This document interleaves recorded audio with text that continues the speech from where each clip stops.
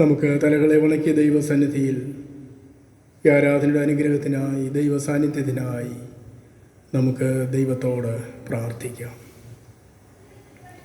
ഞങ്ങളെ അളവ് കൂടാതെ സ്നേഹിക്കുകയും ദിനംതോറും ഞങ്ങളെ കാത്ത് പരിപാലിച്ച് വഴി നടത്തുകയും ചെയ്യുന്ന ഞങ്ങളുടെ സൃഷ്ടാവും ഞങ്ങളുടെ പരിപാലകനും ഞങ്ങളുടെ വീണ്ടെടുപ്പുകാരനുമായ വാഴ്ത്തപ്പെട്ട കർത്താവേ, ഈ വിശുദ്ധ ദിവസത്തിൻ്റെ പ്രഭാതത്തിൽ വിവിധ ഇടങ്ങളിൽ കർത്താവെ ഭവനങ്ങളിലായിരുന്ന് അവിടുത്തെ നാമത്തെ ആരാധിപ്പാൻ നിൻ്റെ മക്കളാവുന്ന അടിയങ്ങളെ അവിടുന്ന് ഒരവസരം കൂടി തന്ന് അനുഗ്രഹിച്ചതോർത്ത് തിരുനാമത്തെ വാഴ്ത്തുന്നു, സ്തുതിക്കുന്നു, ആരാധിക്കുന്നു.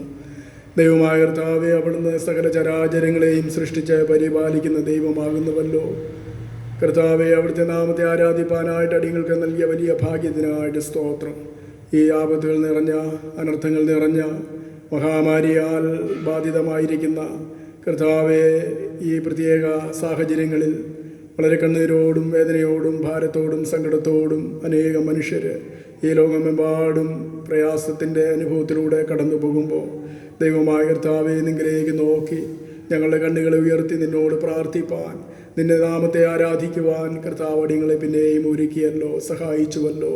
ഇത്രത്തോളം അടിയങ്ങളെ സൂക്ഷിച്ച സ്നേഹത്തിനായി സ്തോത്രം. കഴിഞ്ഞ ഒരാഴ്ചക്കാലം ദൈവമേ, ഞങ്ങളെയും ഞങ്ങളുടെ കുഞ്ഞുങ്ങളെയും ഞങ്ങളുടെ പ്രിയപ്പെട്ടവരെയും കർത്താവെ, ഞങ്ങളുടെ ദേശത്തെല്ലാം അവിടുത്തെ കരുണയോടെ ഇത്രത്തോളം സൂക്ഷിച്ചതോർത്ത് നന്ദി. ദൈവമായ കർത്താവെ, അവിടുത്തെ സാന്നിധ്യം അടിയങ്ങളുടെ മധ്യേ എഴുന്നള്ളി വരയണമേ. ഞങ്ങളുടെ ആരാധന തിരുനാമത്തിൻ്റെ മഹത്വത്തിന്, അടിയങ്ങളുടെ ജീവിതത്തിൻ്റെ അനുഗ്രഹത്തിന്, ഞങ്ങളുടെ ദേശത്തിൻ്റെ വിടുതലിന് മുഖാന്തരമായി തീരണമേ. ഇന്ന് ലോകമെമ്പാടും അവിടുത്തെ നാമത്തെ ആരാധിക്കുന്ന ജനങ്ങളെ കർത്താവ് അനുഗ്രഹിക്കുകയും അവിടുത്തെ സാന്നിധ്യത്താൽ അവരെ നിറയ്ക്കുകയും ചെയ്യണമേ. കർത്താവെ, ഞങ്ങളുടെ ലോകത്തിന് ഒരു സൗഖ്യമായി വിടുതലായി ആരാധന തീരുവാൻ തക്കവണ്ണം കർത്താവെ അവിടുന്ന് സഹായിക്കണമെന്ന് ഞങ്ങൾ പ്രാർത്ഥിക്കുന്നു. ആരാധനയുടെ ആദ്യ അവസാനം അവിടുത്തെ സാന്നിധ്യം തന്നടിയങ്ങളെ ബലപ്പെടുത്തണമേ. അങ്ങേ വേണ്ടുന്ന പോലെ ആരാധിപ്പാൻ ഞങ്ങളുടെ ഹൃദയങ്ങളെയും ആത്മാക്കളെയും അവിടുന്ന് ഒരുക്കണമേ. നന്മകളാൽ അവിടുന്ന് നിറയ്ക്കണം. മാനവും മഹത്വെല്ലാം അവിടുന്ന് സ്വീകരിച്ചാട്ട് യേശുവിൻ നാമത്തിൽ ഏറ്റവും വിനയമായി പ്രാർത്ഥിക്കുന്നു. ദയതോന്നി കേൾക്കണമേ. ആമേൻ. ദൈവനാമ മഹത്വത്തിനായി ജ്ഞാനകീർത്തനങ്ങളിൽ 173 പാട്ട് നമുക്ക് ചേർന്ന് പാടാം. കീർത്തനം 173.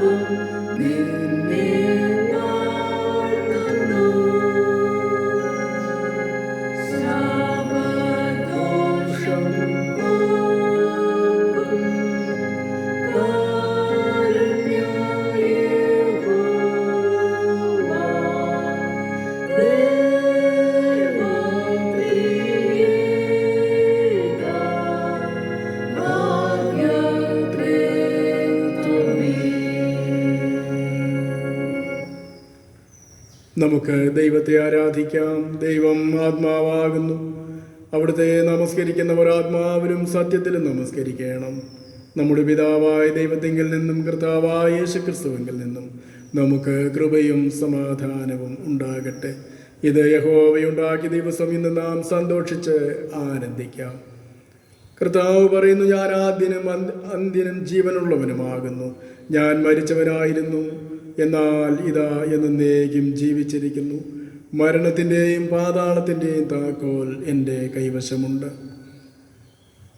ദൈവത്തിൻ്റെ ധനം, ജ്ഞാനം, അറിവ് എന്നിവയുടെ ആഴമേ, അവൻ്റെ ന്യായവിധികൾ എത്ര അപ്രമേയവും അവൻ്റെ വഴികൾ എത്ര അഗോചരവുമാകുന്നു. സകലവും അവനിൽ നിന്നും അവനാലും അവങ്കിലേക്കും ആകുന്നുവല്ലോ. അവന് എന്നേക്കും മഹത്വം.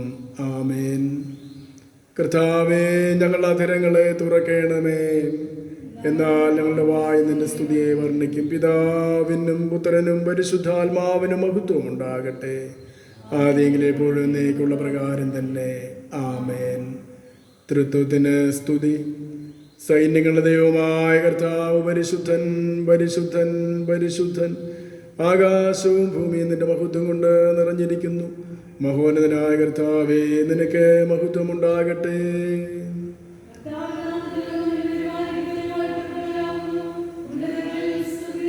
ദൈവമേ, നീ പരിശുദ്ധനാകുന്നു.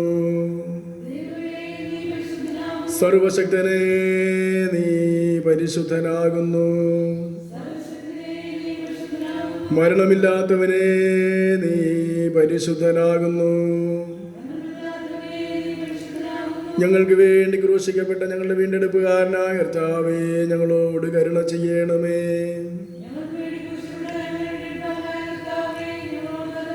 പരിശുദ്ധാത്മാവായ കർത്താവേ, ഞങ്ങളോട് കരുണ ചെയ്യണമേ. കർത്താവേ, ഞങ്ങളുടെ പ്രാർത്ഥനകളും സ്തോത്രങ്ങളും കൈക്കൊണ്ട് ഞങ്ങളോട് കരുണ ചെയ്യണമേ.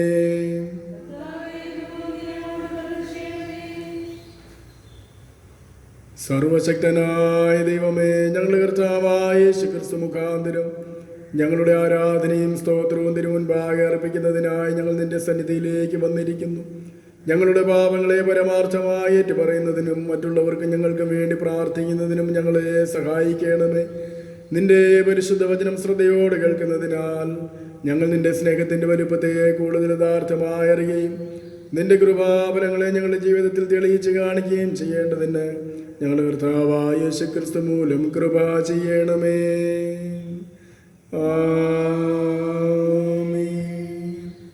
നമുക്ക് നമ്മുടെ പാപങ്ങളെ ദൈവസന്നിധിയിൽ വിനയമായി നമുക്ക് ഓർക്കാം. നമുക്ക് പാപമില്ല എന്ന് നാം പറയുന്നുവെങ്കിൽ നമ്മെ തന്നെ വഞ്ചിക്കുന്നു. സത്യം നമ്മളില്ലാതെയായി. നമ്മുടെ പാപങ്ങൾ ഏറ്റുപറയുന്നുവെങ്കിൽ അവൻ നമ്മോട് പാപങ്ങളെ ക്ഷമിച്ച് സകല അനീതിയും പോക്കി നമ്മെ ശുദ്ധീകരിപ്പാൻ തക്കവണ്ണം വിശ്വസ്തനും നീതിമാനും ആകുന്നു. ഞാൻ എഴുന്നേറ്റ് അപ്പൻ്റെ അടുക്കൽ ചെന്ന് അവനോട്, അപ്പാ, ഞാൻ സ്വർഗത്തോട് നിന്നോടും പാപം ചെയ്തിരിക്കുന്നു. ഇനി നിന്റെ മകൻ എന്ന പേരിന് ഞാൻ യോഗ്യനല്ല എന്ന് പറയും. ദൈവരാജ്യം സമീപിച്ചിരിക്കുന്നു. മാനസാന്തരപ്പെട്ട് സുവിശേഷത്തിൽ വിശ്വസിപ്പിൻ. നമുക്കുള്ള മഹാപുരോഹിതൻ നമ്മുടെ ബലഹീനതകളിൽ സഹതാപം കാണിപ്പാൻ കഴിയാത്തവനല്ല. പാപമൊഴികെ സർവ്വത്തിലും നമുക്ക് തുല്യമായി പരീക്ഷിക്കപ്പെട്ടവനത്രേ നമുക്കുള്ളത്. നമുക്ക് നാം ഇരിക്കുന്ന ഇടങ്ങളിൽ ഇരുന്നു കൊണ്ട് അല്പസമയം ദൈവസന്നിധിയിൽ നമ്മുടെ കുറവുകളെയും നമ്മുടെ പാപങ്ങളെയും നമുക്ക് ഓർക്കുകയും ഏറ്റവും അനുതാപത്തോടും വിനയത്തോടും നമ്മുടെ പാപങ്ങളെ ഏറ്റുണർന്നുകൊണ്ട് ദൈവസന്നിധിയിൽ പാപക്ഷമയ്ക്കായി ഏറ്റവും ആത്മാർത്ഥമായി വിനയമായി നമുക്ക് യാചിക്കാം.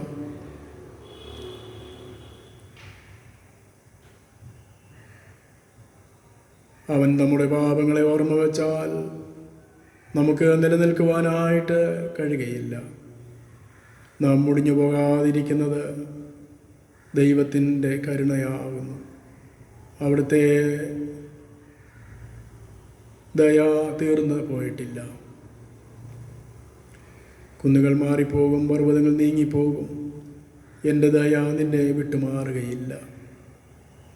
ഒരു അമ്മ തൻ്റെ കുഞ്ഞിനെ ഉപേക്ഷിക്കുമോ, മറന്നു കളയുമോ? അവൾ നിന്നെ മറന്നു കളഞ്ഞാലും ഞാൻ നിന്നെ മറന്നു കളകയില്ല. ദൈവം നമ്മെ സ്നേഹിക്കുന്ന ദൈവമാണ്, നമ്മെ കരുതുന്ന ദൈവമാണ്. അവൻ പാപത്തെ വെറുക്കുന്നവനെങ്കിലും പാപിയെ സ്നേഹിക്കുന്ന ദൈവമാണ്. നമ്മുടെ പാപങ്ങളെ ഏറ്റവും വിനയത്തോടെ, കർത്താവേ, ഞങ്ങളുടെ പാപങ്ങൾ ഈ നാളുകളിൽ നീ കണക്കിടരുതേ. ഞങ്ങളോട്, ഞങ്ങളുടെ പ്രിയപ്പെട്ടവരോട്, ഞങ്ങളുടെ കുഞ്ഞുങ്ങളോട്, ഞങ്ങളുടെ കുടുംബത്തോട്, ഞങ്ങളുടെ ദേശത്തോട് ഞങ്ങളുടെ പാപങ്ങളെ നീ കണക്കിടരുതേ എന്ന് നമുക്ക് ദൈവത്തോട് പ്രാർത്ഥിക്കാം. നമുക്ക് ചേർന്ന് പ്രാർത്ഥിക്കാം. സർവശക്തിയും മഹാകരുണയുമുള്ള പിതാവേ, ഞങ്ങൾ കാണാതെ പോയ ആളുകളെ പോലെ നിന്റെ വഴികളിൽ നിന്ന് തെറ്റിച്ചെന്നിരിക്കുന്നു. ഞങ്ങളുടെ സ്വന്തം ഹൃദയങ്ങളിലെ വിചാരങ്ങളെയും മോഹങ്ങളെയും ഞങ്ങൾ ഏറ്റവും അനുസരിച്ച് നടന്നിരിക്കുന്നു. ഞങ്ങൾ നിന്റെ വിശുദ്ധ കൽപ്പനകളെ ലംഘിച്ചിരിക്കുന്നു. ഞങ്ങൾ ചെയ്യേണ്ടുന്ന കാര്യങ്ങളെ ചെയ്യാതെ വിട്ടു, ചെയ്യരുതാത്ത കാര്യങ്ങളെ ചെയ്തിരിക്കുന്നു. ഞങ്ങളിൽ സൗഖ്യവുമില്ല. അരിഷ്ടന്മാരായ കുറ്റക്കാരായ ഞങ്ങളോട് കരുണയുണ്ടാകണമേ. ദൈവമേ, ഞങ്ങളുടെ പിഴകളെ ഏറ്റുപറയുന്നവരോട് ക്ഷമിക്കണമേ. ഞങ്ങളുടെ കർത്താവായ യേശു ക്രിസ്തു മൂലം നീ മനുഷ്യവർഗത്തോട് അറിയിച്ചിരിക്കുന്ന വാഗ്ദത്ത പ്രകാരം അനുദപിക്കുന്നവരെ വീണ്ടും കൈക്കൊള്ളണമേ. മഹാകരുണയുള്ള പിതാവേ, എൻ്റെ പരിശുദ്ധ നാമത്തിന് മഹത്വത്തിനായിട്ട് ഞങ്ങൾ ഇനിമേൽ ദൈവഭക്തിയോടും നീതിയോടും സുബോധത്തോടും നടക്കേണ്ടതിന് ക്രിസ്തു നിമിത്തം കൃപ ചെയ്യണമേ. ആമേൻ. കരുണയുള്ള കർത്താവേ, നിന്റെ വിശ്വാസമുള്ള ജനങ്ങൾ തങ്ങളുടെ സകല പാപങ്ങളിൽ നിന്നും ശുദ്ധീകരിക്കപ്പെട്ട് ശാന്തമനസ്സോട് നിന്നെ സേവിപ്പാനായിട്ട് അവർക്ക് പാപമോചനവും സമാധാനവും നൽകണമെന്ന് ഞങ്ങളുടെ കർത്താവായ യേശു ക്രിസ്തു മൂലം ഞങ്ങൾ നിന്നോട് അപേക്ഷിക്കുന്നു. ആമേൻ. വചന ശുശ്രൂഷയ്ക്കായി നമുക്ക് ഒരുങ്ങാം. കർത്താവിനെ സ്തുതിപ്പിൻ. കർത്താവിൻ്റെ നാമം സ്തുതിക്കപ്പെടട്ടെ. വരുവേൻ, നാം യഹോവയ്ക്ക് ഉല്ലസിച്ച് ഘോഷിക്കാം. നമ്മുടെ രക്ഷയുടെ പാറയ്ക്ക് ആർപ്പിടുക.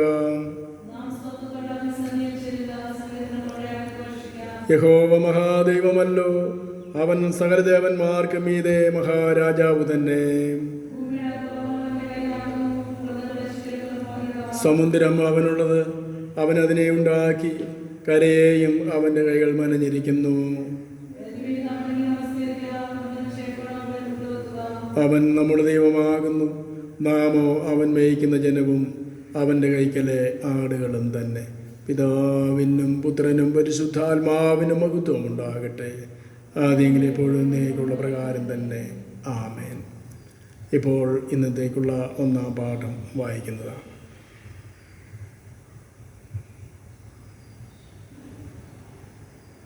ഇന്നത്തേക്ക് വായിക്കാൻ നിശ്ചയിച്ചിരിക്കുന്ന പഴയ നിയമ വേദഭാഗം യെഹെസ്കേൽ പ്രവാചകന്റെ പുസ്തകം 1-ാം അധ്യായം 4 മുതൽ 28 വരെയുള്ള ദൈവവചനങ്ങളെ കേൾക്കുന്നു. യെഹെസ്കേൽ 1-ാം അധ്യായം 4 മുതൽ 28 വരെ. ഞാൻ നോക്കിയപ്പോൾ വടക്കുനിന്ന് ഒരു കൊടുങ്കാറ്റും വലിയൊരു മേഘവും പാളിക്കത്തുന്ന തീയും വരുന്നത് കണ്ടു. അതിൻ്റെ ചുറ്റും ഒരു പ്രകാശവും, അതിൻ്റെ നടുവിൽ നിന്ന്, തീയുടെ നടുവിൽ നിന്ന് തന്നെ ശുക്ലസ്വർണം പോലെ ഒരു കാഴ്ചയും ഉണ്ടായിരുന്നു. അതിൻ്റെ നടുവിൽ 4 ജീവികളുടെ സാദൃശ്യം കണ്ടു. അവയുടെ രൂപമോ അവയ്ക്ക് മനുഷ്യ സാദൃശ്യം ഉണ്ടായിരുന്നു. ഓരോന്നിന് 4 മുഖവും 4 ചിറകും ഉണ്ടായിരുന്നു. അവയുടെ കാൽ ചൊവ്വുള്ളതും കാലടി കാളക്കിടാവിൻ്റെ കുളമ്പ് പോലെയും ആയിരുന്നു. മിനുക്കിയ താമ്രം പോലെ അവ മിന്നിക്കൊണ്ടിരുന്നു. അവയ്ക്ക് 4 ഭാഗത്തും ചിറകിൻ്റെ കീഴായി മനുഷ്യക്കൈ ഉണ്ടായിരുന്നു. 4 മുഖങ്ങളും ചിറകുകളും ഇങ്ങനെ ആയിരുന്നു. അവയുടെ ചിറകുകൾ ഒന്നോടൊന്ന് തൊട്ടിരുന്നു. പോകുമ്പോൾ അവ തിരിയാതെ ഓരോന്നും നേരെ മുമ്പോട്ട് പോകും. അവയുടെ മുഖരൂപമോ അവയ്ക്ക് മനുഷ്യമുഖം ഉണ്ടായിരുന്നു. 4നും വലത്തുഭാഗത്ത് സിംഹമുഖവും ഇടത്തുഭാഗത്ത് കാളമുഖവും ഉണ്ടായിരുന്നു. 4നും കഴുകമുഖവും ഉണ്ടായിരുന്നു. ഇങ്ങനെയായിരുന്നു അവയുടെ മുഖങ്ങൾ. അവയുടെ ചിറകുകൾ മേൽഭാഗം ഇടർന്നിരുന്നു. ഈ 2 ചിറക് തമ്മിൽ തൊട്ടും ഈ 2 ചിറകുകൊണ്ട് ശരീരം മറച്ചും ഇരുന്നു. അവ ഓരോന്നും നേരെ മുമ്പോട്ട് പോകും. പോകുമ്പോൾ അവ തിരിയാതെ ആത്മാവിന് പോകേണ്ടിയ ഇടത്തേക്ക് തന്നെ പോകും. ജീവികളുടെ നടുവിൽ കത്തിക്കൊണ്ടിരിക്കുന്ന തീക്കണൽ പോലെയും പന്തങ്ങൾ പോലെയും ഒരു കാഴ്ച ഉണ്ടായിരുന്നു. അത് ജീവികളുടെ ഇടയിൽ സഞ്ചരിച്ചു കൊണ്ടിരുന്നു. ആ തീ തേജസ്സുള്ളതായിരുന്നു. തീയിൽ നിന്ന് മിന്നൽ പുറപ്പെട്ടുകൊണ്ടിരുന്നു.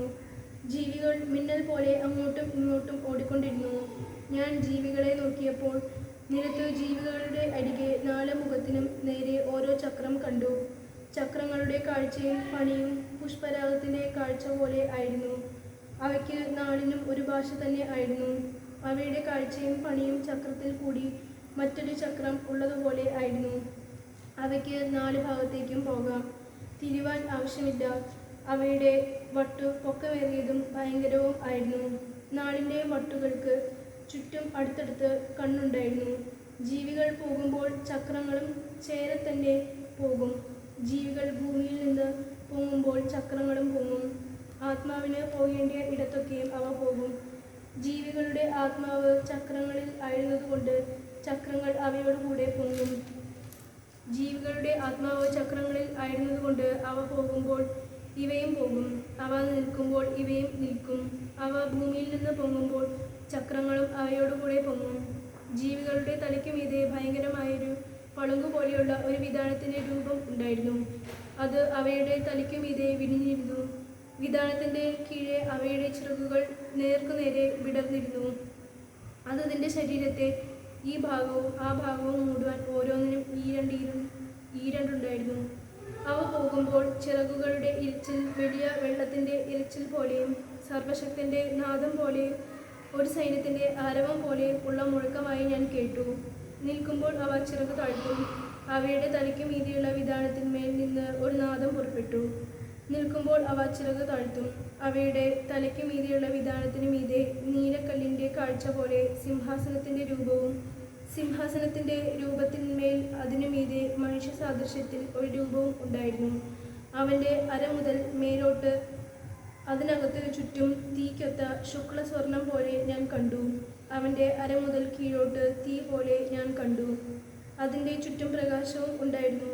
അതിൻ്റെ ചുറ്റുമുള്ള പ്രകാശം മഴയുള്ള ദിവസത്തിൽ മേഘത്തിൽ കാണുന്ന വില്ലിൻ്റെ കാഴ്ച പോലെ ആയിരുന്നു. യഹോവയുടെ മഹത്വത്തിൻ്റെ പ്രത്യക്ഷത ഇങ്ങനെ ആയിരുന്നു കണ്ടത്. അത് കണ്ടിട്ട് ഞാൻ കവിണ്ണു വീണു.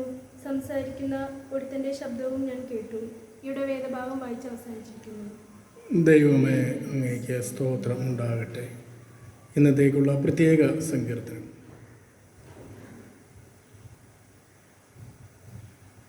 സങ്കീർത്തനം 98. സങ്കീർത്തനം നമുക്ക് വാക്യപ്രതിവാക്യമായി വായിക്കാം. യഹോവയ്ക്ക് ഒരു പുതിയ പാട്ട് പാടുവിൻ. അവൻ അത്ഭുതങ്ങളെ പ്രവർത്തിച്ചിരിക്കുന്നു. അവൻ്റെ വലം കൈയും അവൻ്റെ വിശുദ്ധ ഭുജവും അവന് ജയം നേടിയിരിക്കുന്നു. യഹോവ തന്റെ രക്ഷയെ അറിയിച്ചും ജാതികൾ കാണുക തന്റെ നീതിയെ വെളിപ്പെടുത്തിയും ഇരിക്കുന്നു. അവൻ ഇസ്രായേൽ ഗൃഹത്തിന് തൻ്റെ ദയയും വിശ്വസ്തതയും ഓർത്തിരിക്കുന്നു. ഭൂമിയുടെ അറുതികളൊക്കെയും നമ്മുടെ ദൈവത്തിൻ്റെ രക്ഷ കണ്ടിരിക്കുന്നു.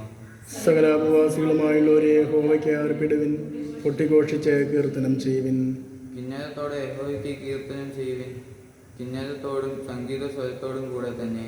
കാഹളങ്ങളോടും തൂര്യനാദത്തോടും കൂടെ രാജാവായ യഹോവയുടെ സന്നിധിയിൽ ഘോഷിപ്പിൻ. സമുദ്രവും അതിൻ്റെ നീളവും ഭൂതലവും അതിൽ വസിക്കുന്നവരും മുഴങ്ങട്ടെ. പ്രവാഹങ്ങൾ കൈകൊട്ടട്ടെ. പർവ്വതങ്ങൾ ഒരുപോലെ യഹോവയുടെ മുൻപാകെ ഉല്ലസിച്ച് ഘോഷിക്കട്ടെ. ചേർന്ന് വായിക്കാം. അവൻ ഭൂമിയെ വിധിപ്പാൻ വരുന്നു. ഭൂലോകത്തെ നീതിയോടും ജാതികളെ നേരോടും കൂടെ വിധിക്കും.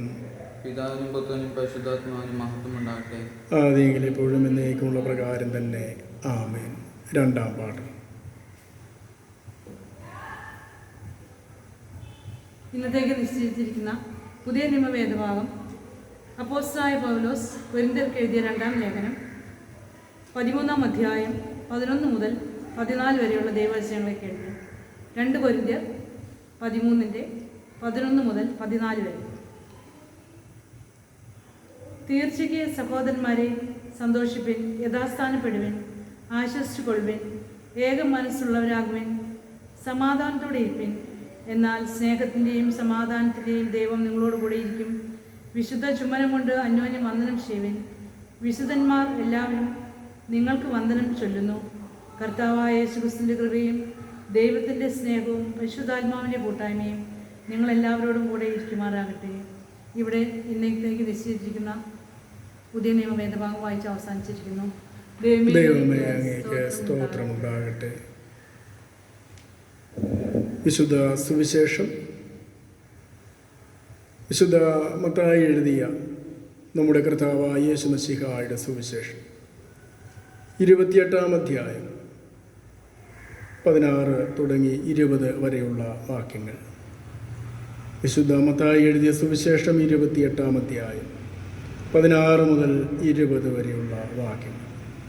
എന്നാൽ 11 ശിഷ്യന്മാർ ഗലീലയിൽ യേശു അവരോട് കൽപ്പിച്ചിരുന്ന മലയ്ക്ക് പോയി. അവനെ കണ്ടപ്പോൾ അവർ നമസ്കരിച്ചു, ചിലരോ സംശയിച്ചു. യേശു അടുത്ത് ചെന്നു, സ്വർഗത്തിലും ഭൂമിയിലും സകല അധികാരവും എനിക്ക് നൽകപ്പെട്ടിരിക്കുന്നു. ആകയാൽ നിങ്ങൾ പുറപ്പെട്ട് പിതാവിൻ്റെയും പുത്രൻ്റെയും പരിശുദ്ധാത്മാവിൻ്റെയും നാമത്തിൽ സ്നാനം കഴിപ്പിച്ചു. ഞാൻ നിങ്ങളോട് കൽപ്പിച്ചതൊക്കെയും പ്രമാണിപ്പാൻ തക്കവണ്ണം ഉപദേശിച്ചും കൊണ്ട് സകല ജാതികളെയും ശിഷ്യരാക്കിക്കൊള്ളുവിൻ. ഞാനോ ലോകാവസാനത്തോളം എല്ലാ നാളും നിങ്ങളോട് കൂടെ ഉണ്ട് എന്ന് അരുളി ചെയ്തു. നിങ്ങൾ കേട്ടത് ജീവൻ നൽകുന്ന സുവിശേഷം. ക്രിസ്തുവേ, നിനക്ക് സ്തുതി ഉണ്ടായിരിക്കട്ടെ. നാം തിരുവചനത്തിൽ നിന്ന് ധ്യാനിക്കുന്നതിന് മുൻപായി കീർത്തനങ്ങളിൽ 188-ാമത്തെ പാട്ട് നമുക്ക് പാടാം. 188-ാം കീർത്തനം.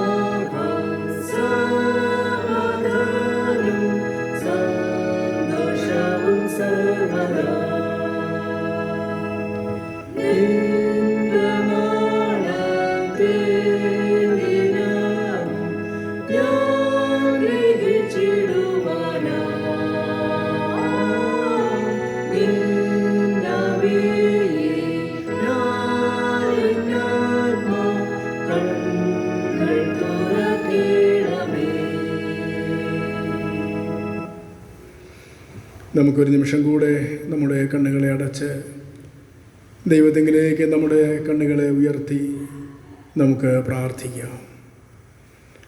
മഹാപരിശുദ്ധനായിരിക്കുന്ന ഞങ്ങളുടെ വാഴ്ത്തപ്പെട്ട കർത്താവേ,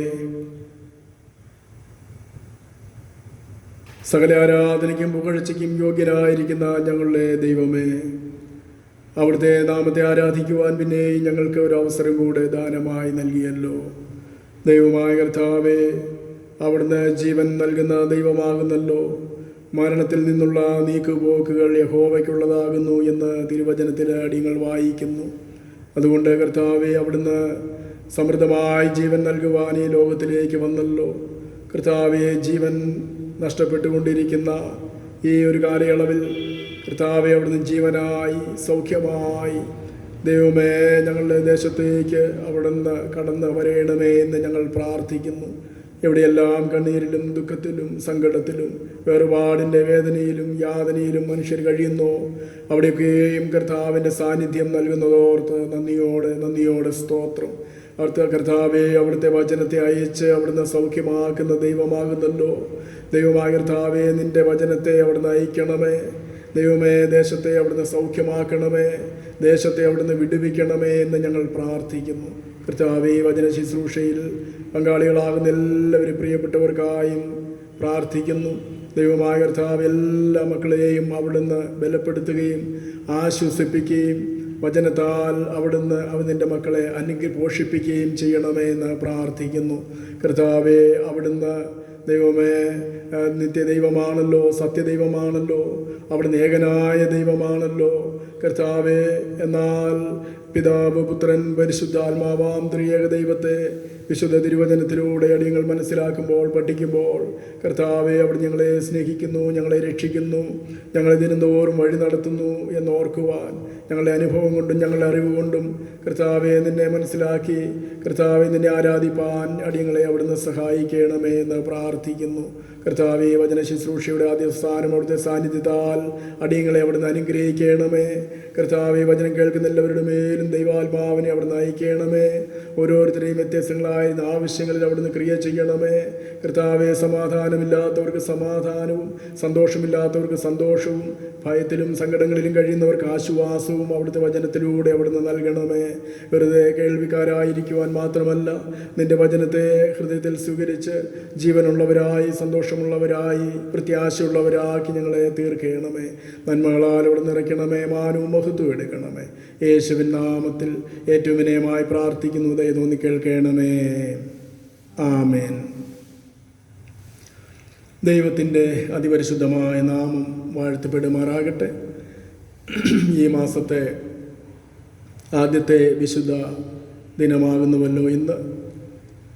നമുക്ക് ദേവാലയത്തിൽ എല്ലാവർക്കും കൂടി വന്ന് ദൈവത്തെ ആരാധിക്കുവാനും കർത്തൃമേശയിൽ പങ്കെടുക്കുവാനും ഒക്കെ സാധിക്കേണ്ടതായ ഒരു ദിവസമായിരുന്നു. എന്നാൽ അതിന് ഒന്നും കഴിയാതെ ഈ നാളുകളിൽ നാം ആയിരിക്കുന്നു. നമുക്കെല്ലാവർക്കും അതിൽ സങ്കടമുണ്ട്, പ്രയാസമുണ്ട്.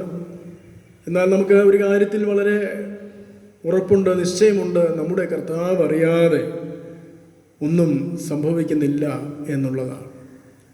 നമ്മുടെ കർത്താവ് അറിയാതെ ഒന്നും നടക്കുന്നില്ല. എല്ലാം കർത്താവ് അറിയുന്നു. അത് നമ്മുടെ ഒരു ആശ്വാസമാണ്, ബലമാണ്. അതുകൊണ്ട് നാം ആയിരിക്കുന്നിടത്ത് ധൈര്യത്തോടെ, പ്രാർത്ഥനയോടെ, പ്രത്യാശയോടെ നമുക്ക് ആയിരിക്കാം. ഈ നാളുകളിൽ വളരെ പ്രയാസങ്ങളിലൂടെ ലോകം കടന്നു പോവുകയാണ്. വളരെ ദുഃഖത്തോടെ മനുഷ്യർ കഴിഞ്ഞുകൂടുകയാണ്. നമുക്ക് പ്രതീക്ഷ നൽകുന്നതും പ്രത്യാശ നൽകുന്നതും കർത്താവിൻ്റെ സാന്നിധ്യവും കർത്താവിൻ്റെ വചനവുമാണ്. നമുക്കറിയാം, COVID-19 എന്ന് പറയുന്ന ഈ മഹാമാരിക്ക് മരുന്ന് കണ്ടുപിടിച്ചിട്ടില്ല, അതിന് വാക്സിൻ കണ്ടുപിടിച്ചിട്ടില്ല. ഇതുവരെയും കണ്ടുപിടിക്കുമായിരിക്കും എത്രയും വേഗം. അതിനൊക്കെ സാധ്യമായി തീരട്ടെ. ദൈവം അതിനാവശ്യമായ ബുദ്ധിയും ജ്ഞാനവും ബന്ധപ്പെട്ടവർക്ക് നൽകട്ടെ എന്ന് നമുക്ക് പ്രാർത്ഥിക്കാം. എന്നാൽ ഇതുവരെയും അതിന് ഒരു ഫലപ്രദമായ ചികിത്സയോ വാക്സിനോ ഇല്ല എന്ന് നമുക്കറിയാം. എന്നാൽ ദൈവത്തിൻ്റെ പക്കൽ വിടുതലുണ്ട്, ദൈവത്തിൻ്റെ പക്കൽ ആശ്വാസമുണ്ട്. ഈ നാളുകളിൽ ദൈവത്തെങ്കിലേക്ക് തിരിയുവാൻ, ദൈവത്തെങ്കിലേക്ക് പരിപൂർണമായും ചായുവാൻ, ദൈവത്തിൽ പൂർണ്ണമായും ആശ്രയിപ്പാൻ എല്ലാവർക്കും സാധ്യമാകേണ്ടതിന് നമുക്ക് പ്രാർത്ഥിക്കാം. നമുക്കും അപ്രകാരം ദൈവസന്നിധിയിൽ പൂർണ്ണമായും വിനയപ്പെട്ടുകൊണ്ട് നമുക്ക് ദൈവകരങ്ങളിൽ നമുക്ക് ചാരാം. ദൈവത്തിന് മാത്രമേ ഈ ഒരു പ്രതിസന്ധിയിൽ നിന്ന് മനുഷ്യകുലത്തെ വിടുവിക്കുവാനായിട്ട് സാധിക്കുകയുള്ളൂ എന്ന് വളരെ വ്യക്തമാകുന്ന ഒരു സംഭവമാണ് ഈ നാളുകളിലൊക്കെ നടന്നുകൊണ്ടിരിക്കുന്നത് എന്ന് നമുക്കറിയാം. അതുകൊണ്ട് ദൈവസന്നിധിയിൽ നമുക്ക് പ്രാർത്ഥിക്കാം. ആരും ക്ഷീണിച്ചു പോകേണ്ട ആവശ്യമില്ല. ചിലരൊക്കെയും വളരെ പ്രയാസത്തോടെയൊക്കെ എന്നോട് വിളിച്ചവരോട് ഞാൻ പറഞ്ഞു, വേദപുസ്തകത്തിൽ പറഞ്ഞിട്ടില്ലാത്ത, ദൈവവചനത്തിൽ പറഞ്ഞിട്ടില്ലാത്ത ഒരു കാര്യവും സംഭവിക്കുന്നില്ല. അതുകൊണ്ട് വേദപുസ്തകത്തിൽ എഴുതിയിരിക്കുന്ന തിരുവചനത്തിൽ പറഞ്ഞിരിക്കുന്ന കാര്യങ്ങൾ മാത്രമാണ് ഈ നാളുകളിൽ നടക്കുന്നത് എന്ന് നമുക്കറിയാം. കർത്താവിൻ്റെ വരവ് കഴിഞ്ഞ ആഴ്ചയിൽ നാം ചിന്തിച്ചതുപോലെ ഏറ്റവും അടുത്തിരിക്കുകയാണ്. വചനത്തിൽ നാം ഇങ്ങനെ വായിക്കുന്നുണ്ട്, ചിലർ വിചാരിക്കും പോലെ കർത്താവിൻ്റെ വരവ് താമസിക്കുന്നില്ല. എല്ലായിടത്തും എല്ലാവരും മാനസാന്തരപ്പെടുവാൻ അവർ ആഗ്രഹിച്ചിട്ട് ദീർഘക്ഷമ കാണിക്കുന്നതേയുള്ളൂ. അതുകൊണ്ട് ദൈവത്തിൻ്റെ ദീർഘക്ഷമ രക്ഷയെന്ന് വിചാരിപ്പിൻ. ദൈവം ദീർഘക്ഷമ കാണിക്കുകയാണ്. മേലാൽ കായിച്ചെങ്കിലോ, മാറിയെങ്കിലോ, മാനസാന്തരപ്പെട്ടെങ്കിലോ 1 വർഷം കൂടെ നിൽക്കട്ടെ. അതുകൊണ്ട് ദൈവം മനുഷ്യനോട് ദീർഘക്ഷമ കാണിക്കുകയാണ്. ഈ നാളുകളിൽ ഉള്ള ഈ സംഭവങ്ങളിലൂടെയൊക്കെ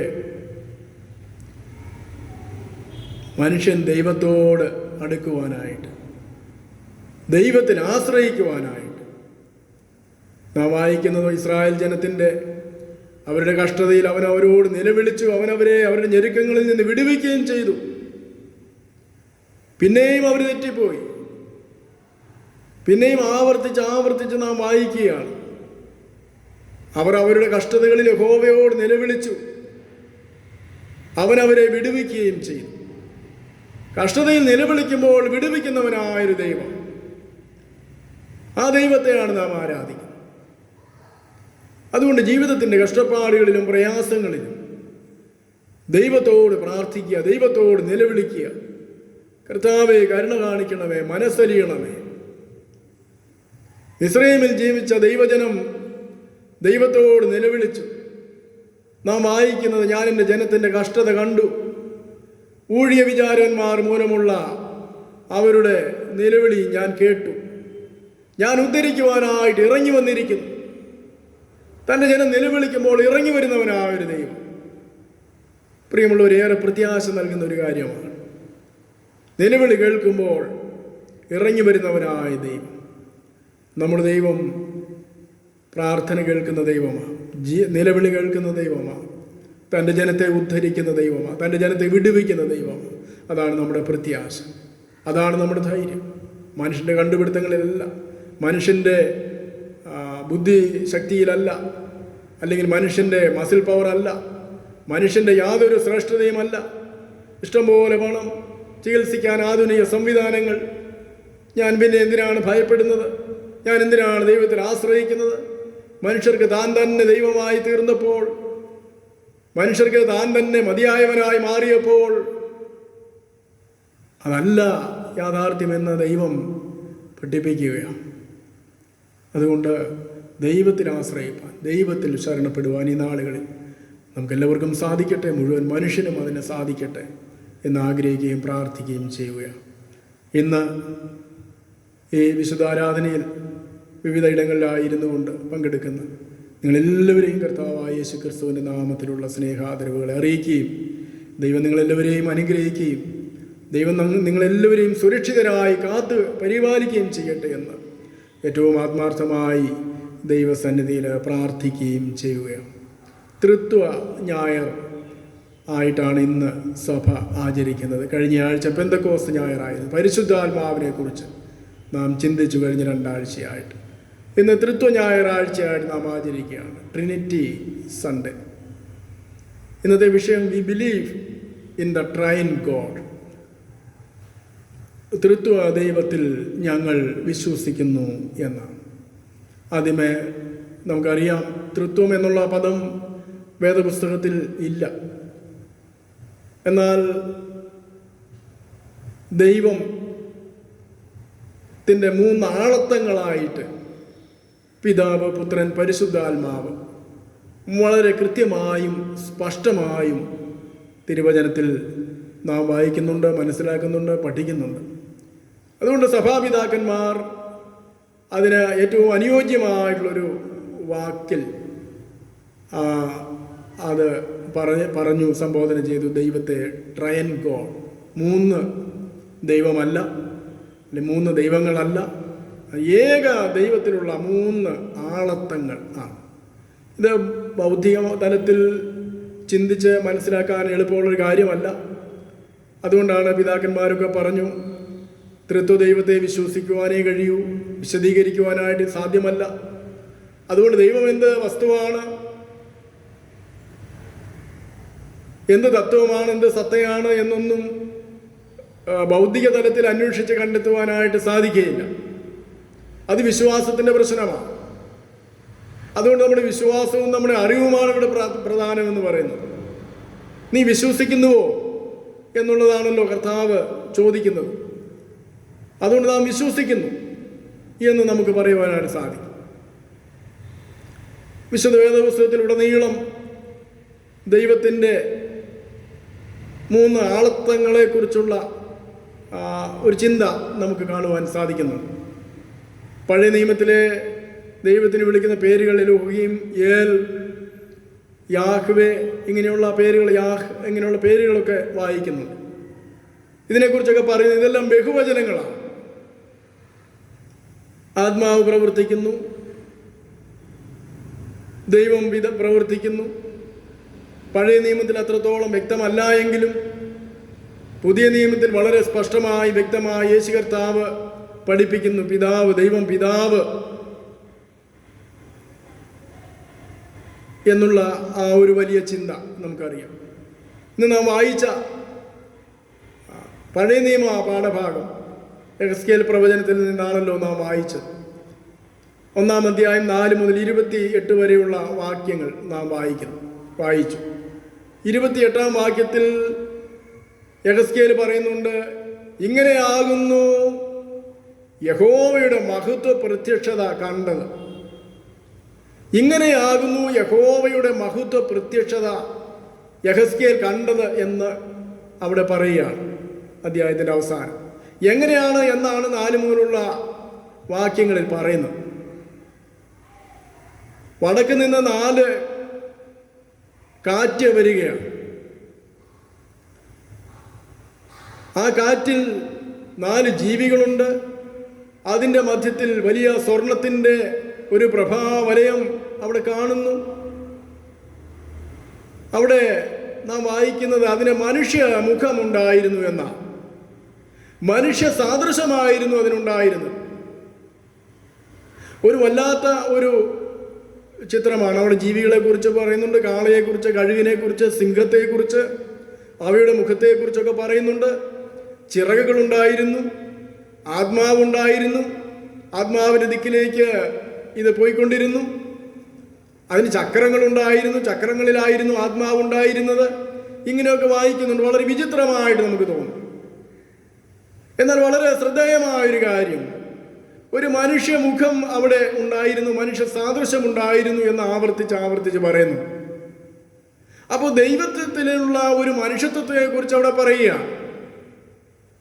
അല്ലെങ്കിൽ ദൈവമാകുന്ന സത്തയിലുള്ള ദൈവത്തിലുള്ള മനുഷ്യരൂപത്തെക്കുറിച്ച് പറയുക.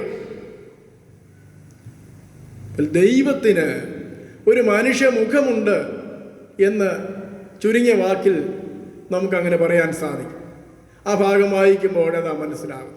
യഹോവയുടെ മഹത്വ പ്രത്യക്ഷത ഇങ്ങനെയാകുന്നു ഞാൻ കണ്ടത് എന്ന് എസ്കേൽ പറയുമ്പോൾ, ആ യഹോവയുടെ മഹത്വ പ്രത്യക്ഷതയിൽ മനുഷ്യ സാദൃശ്യവും മനുഷ്യമുഖവും കൂടെ വെളിപ്പെടുകയാണ്. അതാണ് യേശുക്രിസ്തുവിലൂടെ നാം കാണുന്നത്. ദൈവത്തെ ആരും ഒരു നാളും കണ്ടിട്ടില്ല. യോഹന്നാന്റെ സുവിശേഷം 1-ാം അധ്യായം 18-ാം വാക്യത്തിൽ ദൈവത്തെ ആരും ഒരു നാളും കണ്ടിട്ടില്ല. അത് അവസാനിക്കുന്നില്ല. എന്നിട്ട് കോമ ഇട്ടിട്ട് പറയുകയാണ്, അവൻ്റെ മടിയിലിരിക്കുന്ന ഏകജാതനായവൻ അവനെ വെളിപ്പെടുത്തിയിരിക്കുകയാണ്. അപ്പൊ ദൈവത്തെ വെളിപ്പെടുത്തുകയാണ് യേശുക്രിസ്തു. ദൈവത്തിൻ്റെ പരിപൂർണമായ വെളിപ്പാടാണ് യേശുക്രിസ്തു എന്നാണ് നമുക്ക് അവിടെ കാണുവാൻ സാധിക്കുന്നത്. പരിശുദ്ധാത്മാവിനെ കുറിച്ചും നാം വായിക്കുന്നത് ഒരു വ്യക്തിയായിട്ട് തിരുവചനം പഠിപ്പിക്കുകയാണ്. അവൻ സകല സത്യത്തിലും നിങ്ങളെ വഴി നടത്തുന്നവനാണ്. അവൻ നിങ്ങളോട് കൂടെ ഇരിക്കുകയും നിങ്ങളിൽ വസിക്കുകയും ചെയ്യുന്നവനാണ്. ഞാൻ പോയി പിതാവിൽ നിന്ന് മറ്റൊരു കാര്യസ്ഥനെ നിങ്ങൾക്ക് അയച്ചു തരും. അന്നേരം ഈ വാക്യങ്ങളെല്ലാം നമ്മെ ഓർപ്പിക്കുന്ന കാര്യം ദൈവത്തിൻ്റെ 3 ആളത്വങ്ങളെക്കുറിച്ചാണ്. നമുക്കിതൊന്നും വിശദീകരിക്കാനായിട്ട് എളുപ്പമല്ല എന്ന് നമുക്കെല്ലാവർക്കും അറിയാം. എന്നാൽ വളരെ വിനയത്തോടും വളരെ ഭയഭക്തിയോടും കൂടെ ദൈവത്തിൻ്റെ വചനം വെളിപ്പെടുത്തി തരുന്ന ആ കാര്യങ്ങളെ മനസ്സിലാക്കാതിരിക്കാനായിട്ട് നമുക്ക് കഴിയുകയില്ല.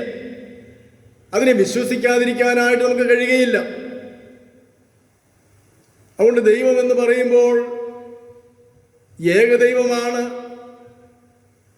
പ്രത്യേകിച്ചും സെമിറ്റിക് മതങ്ങളെല്ലാം തന്നെ, ഇസ്ലാം മതം, ക്രിസ്തു മതം, യഹൂദ മതം എല്ലാം ഏകദൈവ വിശ്വാസത്തെ അടിയുറച്ച് പറയുന്ന മതങ്ങളാണ്. യഹൂദ മതം തന്നെ പറയുന്നത്,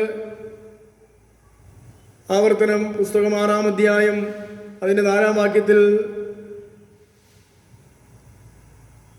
ഇസ്രായേലെ കേൾക്ക, യഹോവ നമ്മുടെ ദൈവമാകുന്നു, യഹോവ ഏകൻ തന്നെ. അത് യഹൂദൻ്റെ വിശ്വാസ പ്രമാണമാണ്. ക്ഷേമ എന്ന് പറയും. ഇസ്ലാമിനുണ്ട് അല്ലാതൊരു ദൈവമില്ല, കലിമ എന്നാ പറയുകയാണ് അവരുടെ വിശ്വാസത്തിൽ. ക്രിസ്തുമതവും വളരെ വ്യക്തമായിട്ട് ദൈവം ഏകനാണ്. ദൈവം ഏകനല്ലോ, ദൈവം ഒരുവനല്ലോ, ദൈവത്തിനും മനുഷ്യർക്കും മധ്യസ്ഥനും ഒരുവൻ, മനുഷ്യനായ ക്രിസ്തുവേശു തന്നെ. പൗലോസ് പറയുന്നുണ്ട്, യേശു ക്രിസ്തു പറയുന്നുണ്ട്, ഏകസത്യ ദൈവമായി നിന്നെയും നീ അയച്ച ക്രിസ്തുവിനെയും അറിയുന്നത് തന്നെ നിത്യജീവനാകുന്നു. അപ്പോൾ ഏകദൈവത്തെ വളരെ വ്യക്തമായിട്ട് തിരുവചനം പഠിപ്പിക്കുന്നുണ്ട്. എന്നാൽ ഈ ഏകത്വം എന്ന് പറയുന്നത് 3 ആളത്വങ്ങളുള്ള ഏകത്വമാണ് എന്നുള്ളതാണ് നാം വളരെ കൃത്യമായിട്ട് മനസ്സിലാക്കുന്നത്. മനുഷ്യൻ അവൻ്റെ ബുദ്ധിയിലും അവൻ്റെ അറിവിലും വളരെ പരിമിതികളുള്ളവനാണ്. എന്നാൽ സർവശക്തനായ ദൈവം ഈ പരിമിതികളുള്ള മനുഷ്യൻ്റെ മധ്യത്തിലേക്ക് പരിമിതികൾ ഏറ്റുവാങ്ങിക്കൊണ്ട് തന്നെ കടന്നു വരികയാണ്. അതാണ് കർത്താവായ യേശു ക്രിസ്തുവിലൂടെ ദൈവം തന്നെ വെളിപ്പെടുത്തിയത്. അവനെ തൊടത്തക്ക രീതിയിൽ, അവനെ കാണത്തക്ക രീതിയിൽ നമ്മോടൊപ്പം വസിക്കുവാൻ ദൈവം തൻ്റെ പുത്രനെ അയച്ചു എന്നുള്ളതാണ്. യോഹന്നാന്റെ ലേഖനം 1-ാം ലേഖനത്തിൽ 1-ാം അധ്യായത്തിൽ തന്നെ നാം വായിക്കുന്നുണ്ട്, ഞങ്ങൾ കണ്ടതും ഞങ്ങളുടെ കണ്ണുകൊണ്ട് തൊട്ടതും, ഞങ്ങളുടെ സ്വന്തം കണ്ണുകൊണ്ട് തൊട്ടതുമായി ജീവന്റെ വചനം സംബന്ധിച്ച്. അപ്പോൾ ജീവന്റെ വചനമാണ് യേശു. യോഹന്നാന്റെ സുവിശേഷം 1-ാം അധ്യായത്തിലും അത് പറയുന്നുണ്ട്. ആദിയിൽ വചനമുണ്ടായിരുന്നു, വചനം ദൈവമായിരുന്നു, വചനം ദൈവത്തോടു കൂടെ ആയിരുന്നു, അവൻ ആദിയിൽ ദൈവത്തോടു കൂടെ ആയിരുന്നു. സകലവും അവൻ മുഖാന്തരം ഉളവായതൊന്നും അവനെ കൂടാതെ ഉളവായതല്ല. അവനിൽ വെളിച്ചമുണ്ടായിരുന്നു, വെളിച്ചം ഇരുളിൽ പ്രകാശിക്കുന്നു, ഇരുളോ അതിനെ പിടിച്ചടക്കിയില്ല. സകല മനുഷ്യനെയും പ്രകാശിപ്പിക്കുന്ന സത്യവെളിച്ചം ലോകത്തിലേക്ക് വന്നുകൊണ്ടിരുന്നു. ഇതെല്ലാം നാം വായിക്കുന്നു. 14-ാം വാക്യത്തിലേക്ക് വരുമ്പോൾ, വചനം ജഡമായി തീർന്നു, കൃപയും സത്യവും നിറഞ്ഞവനായി നമ്മുടെ ഇടയിൽ പാർത്തു. അതുകൊണ്ടാണ് യേശു കർത്താവിനെ കുറിച്ച് സഭ പഠിപ്പിക്കുന്നത്, അവൻ പൂർണ്ണ ദൈവവും പൂർണ്ണ മനുഷ്യനും ആകുന്നു എന്ന് പഠിപ്പിക്കുന്നത്. യേശു പൂർണ്ണ ദൈവവും പൂർണ്ണ മനുഷ്യനും ആയിരുന്നു എന്ന് സഭ പഠിപ്പിക്കുന്നത്. അതുകൊണ്ട് പ്രിയമുള്ളവരെ, ഈ തൃത്വ ഞായറാഴ്ച ദൈവത്തെ ആരാധിക്കുമ്പോൾ നാം തൃത്വ ദൈവത്തെ ആരാധിക്കുകയാണ്. ഇന്ന് നാം വായിച്ച സുവിശേഷ വേദഭാഗം, അവിടെ യേശു കർത്താവിൻ്റെ അന്ത്യാജ്ഞാപനം എന്നാണ് പറയുക. കർത്താവ് തൻ്റെ ശിഷ്യന്മാരെ പരിമേൽപ്പിക്കുന്ന വലിയൊരു ഉത്തരവാദിത്തമാണ്. ഈ ലോകത്തിൽ എല്ലായിടവും പോയി സുവിശേഷം പ്രസംഗിക്കുക, സകല മനുഷ്യരെയും ശിഷ്യരാക്കിക്കൊള്ളുക. അപ്പോൾ സകല മനുഷ്യരെയും ശിഷ്യരാക്കുവാൻ വേണ്ടുന്ന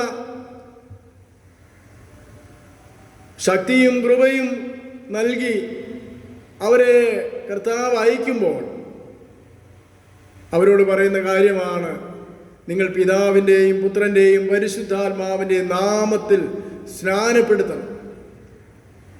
അപ്പോൾ സ്നാനപ്പെടുത്തിയാണ് സഭയോട് ചേർക്കുന്നത്. സ്നാനം എന്ന് പറയുന്നത് ഒരു സാക്രമെൻ്റാണ്, കൂദാശയാണ്. തൃത്വനാമത്തിലാണത് ചെയ്യുന്നതെന്ന് നമുക്കറിയാം. പിതാവിൻ്റെയും പുത്രൻ്റെയും പരിശുദ്ധാത്മാവിൻ്റെയും നാമങ്ങളിൽ നിന്നല്ല, പിതാവിൻ്റെയും പുത്രൻ്റെയും പരിശുദ്ധാത്മാവിൻ്റെയും നാമത്തിൽ നിങ്ങൾ സ്നാനപ്പെടുത്തുവാനായിട്ട് കർത്താവ് അവിടെ പറയുന്നത് നാം വായിച്ചല്ലോ. നമ്മുടെ ആരാധനയിൽ ധാരാളം തവണ ഒരു ത്രിത്വ ദൈവ അധിഷ്ഠിതമായിരിക്കുന്ന ആരാധന സംവിധാനം ക്രമീകരണങ്ങളാണ്. പിതാവിനും പുത്രനും പരിശുദ്ധാത്മാവിനും മഹത്വമുണ്ടാകട്ടെ എന്ന് പല ആവർത്തി നമ്മുടെ ആരാധനക്രമത്തിൽ ഉപയോഗിച്ചിട്ടുണ്ട്. പിതാവിൻ്റെയും പുത്രൻ്റെയും പരിശുദ്ധാത്മാവിൻ്റെയും നാമത്തിൽ തന്നെ എന്ന് പറയുന്നുണ്ട്. ചില സഭകളുടെ പാരമ്പര്യം അനുസരിച്ച് ആരാധന ആരംഭിക്കുമ്പോൾ പിതാവിൻ്റെയും പുത്രൻ്റെയും പരിശുദ്ധാത്മാവിൻ്റെയും നാമത്തിൽ തന്നെ, നമ്മുടെ ആരംഭം പിതാവിൻ്റെയും പുത്രൻ്റെയും പരിശുദ്ധാത്മാവിൻ്റെയും നാമത്തിൽ തന്നെ എന്ന് പറയുന്നു. വചന ശുശ്രൂഷയ്ക്ക് ശേഷം ആംഗ്ലിക്കൻ പാരമ്പര്യങ്ങളിലുള്ള പള്ളികളിലൊക്കെ ഇപ്പോൾ പിതാവായ ദൈവത്തിനും പുത്രനായ ദൈവത്തിനും പരിശുദ്ധാത്മാവായ ദൈവത്തിനും എന്ന് മഹത്വമുണ്ടാകട്ടെ, കാലാവസാനം കൂടാതെ സകല മഹത്വമുണ്ടാകട്ടെ എന്ന് പറയാറുണ്ട്. അതുകൊണ്ട് ഒരു ത്രിത്വ ദൈവത്തെ ആരാധിക്കുന്ന, ത്രിത്വത്തിന് സ്തുതിയോടുകൂടെ ആരാധന ആരംഭിക്കുന്ന, അത് ഇന്നലെ ആരംഭിച്ചതല്ല, ഇടക്കാലങ്ങളിലൊന്നും വന്നുകൂടിയ ഒരു കാര്യമല്ല. സഭാപിതാക്കന്മാരുടെ കാലം മുതൽ തന്നെ, 2-ാം നൂറ്റാണ്ട് മുതൽ തന്നെ തീർച്ചയായിട്ടും സഭയിൽ ഉണ്ടായ കാര്യമാണ്. പ്രത്യേകിച്ച് സുന്നഹദോസുകൾ, സഭാ സുന്നഹദോസുകളൊക്കെ നാം പഠിച്ചാൽ അവിടെയെല്ലാം ഉപദേശ പിശകിനെതിരെ വളരെ ശക്തമായിട്ടുള്ള നിലപാടുകൾ സഭ സ്വീകരിക്കുകയും ദൈവാത്മാവും വചനനിശ്ചയവുമുള്ള ദൈവഭയവുമുള്ള ദൈവദാസന്മാരായ സഭാപിതാക്കന്മാർ ആ വിശ്വാസം നിലനിർത്തുകയും ചെയ്തതായി നമുക്കറിയാം. അതുകൊണ്ടാണ് നിക്കിയ വിശ്വാസ പ്രമാണമൊക്കെ നിക്കിയ എന്ന സ്ഥലത്ത് വെച്ച് നിക്കിയ വിശ്വാസ പ്രമാണം തന്നെ രൂപാന്തരപ്പെടുവാനുണ്ടായ കാരണം അതാണ്. അപ്പോസ്തല വിശ്വാസ പ്രമാണം എന്ന് പറയുന്നത് അപ്പോസ്തലിക കാലത്ത് തന്നെ ആരംഭിച്ചു എന്നുള്ളത് കൊണ്ട് അപ്പോസ്തല വിശ്വാസ പ്രമാണം എന്ന് പറയുന്നു. അവിടെയെല്ലാം തൃത്വദൈവത്തിൽ, തൃത്വം എന്നുള്ള വാക്ക് പറയുന്നില്ല, പക്ഷേ പിതാവിനും പുത്രനും പരിശുദ്ധാത്മാവിനുമുള്ള വിശ്വാസം ഉറപ്പിച്ച സഭ ചൊല്ലുകയാണ്. ഏതാണ്ട് AD 180 ട്രയാസ് എന്നുള്ള വാക്ക് ആദ്യമായിട്ട് ഉപയോഗിച്ചതായിട്ട് പറയപ്പെടുന്നത്. പിന്നീട് അത്താനോഷ്യസ് എന്ന് പറയുന്ന ഒരു സഭാപിതാവ്, പിന്നീട് തെർത്തുല്യൻ എന്ന് പറയുന്ന സഭാപിതാവ് ട്രിനിറ്റാസ് എന്ന ലത്തീൻ വാക്ക് ട്രിനിറ്റി എന്നുള്ള അർത്ഥത്തിൽ അത് ഉപയോഗിക്കുകയുണ്ടായി എന്ന് ചരിത്രം പഠിക്കുമ്പോൾ നമുക്ക് മനസ്സിലാക്കുവാനായിട്ട് സാധിക്കും.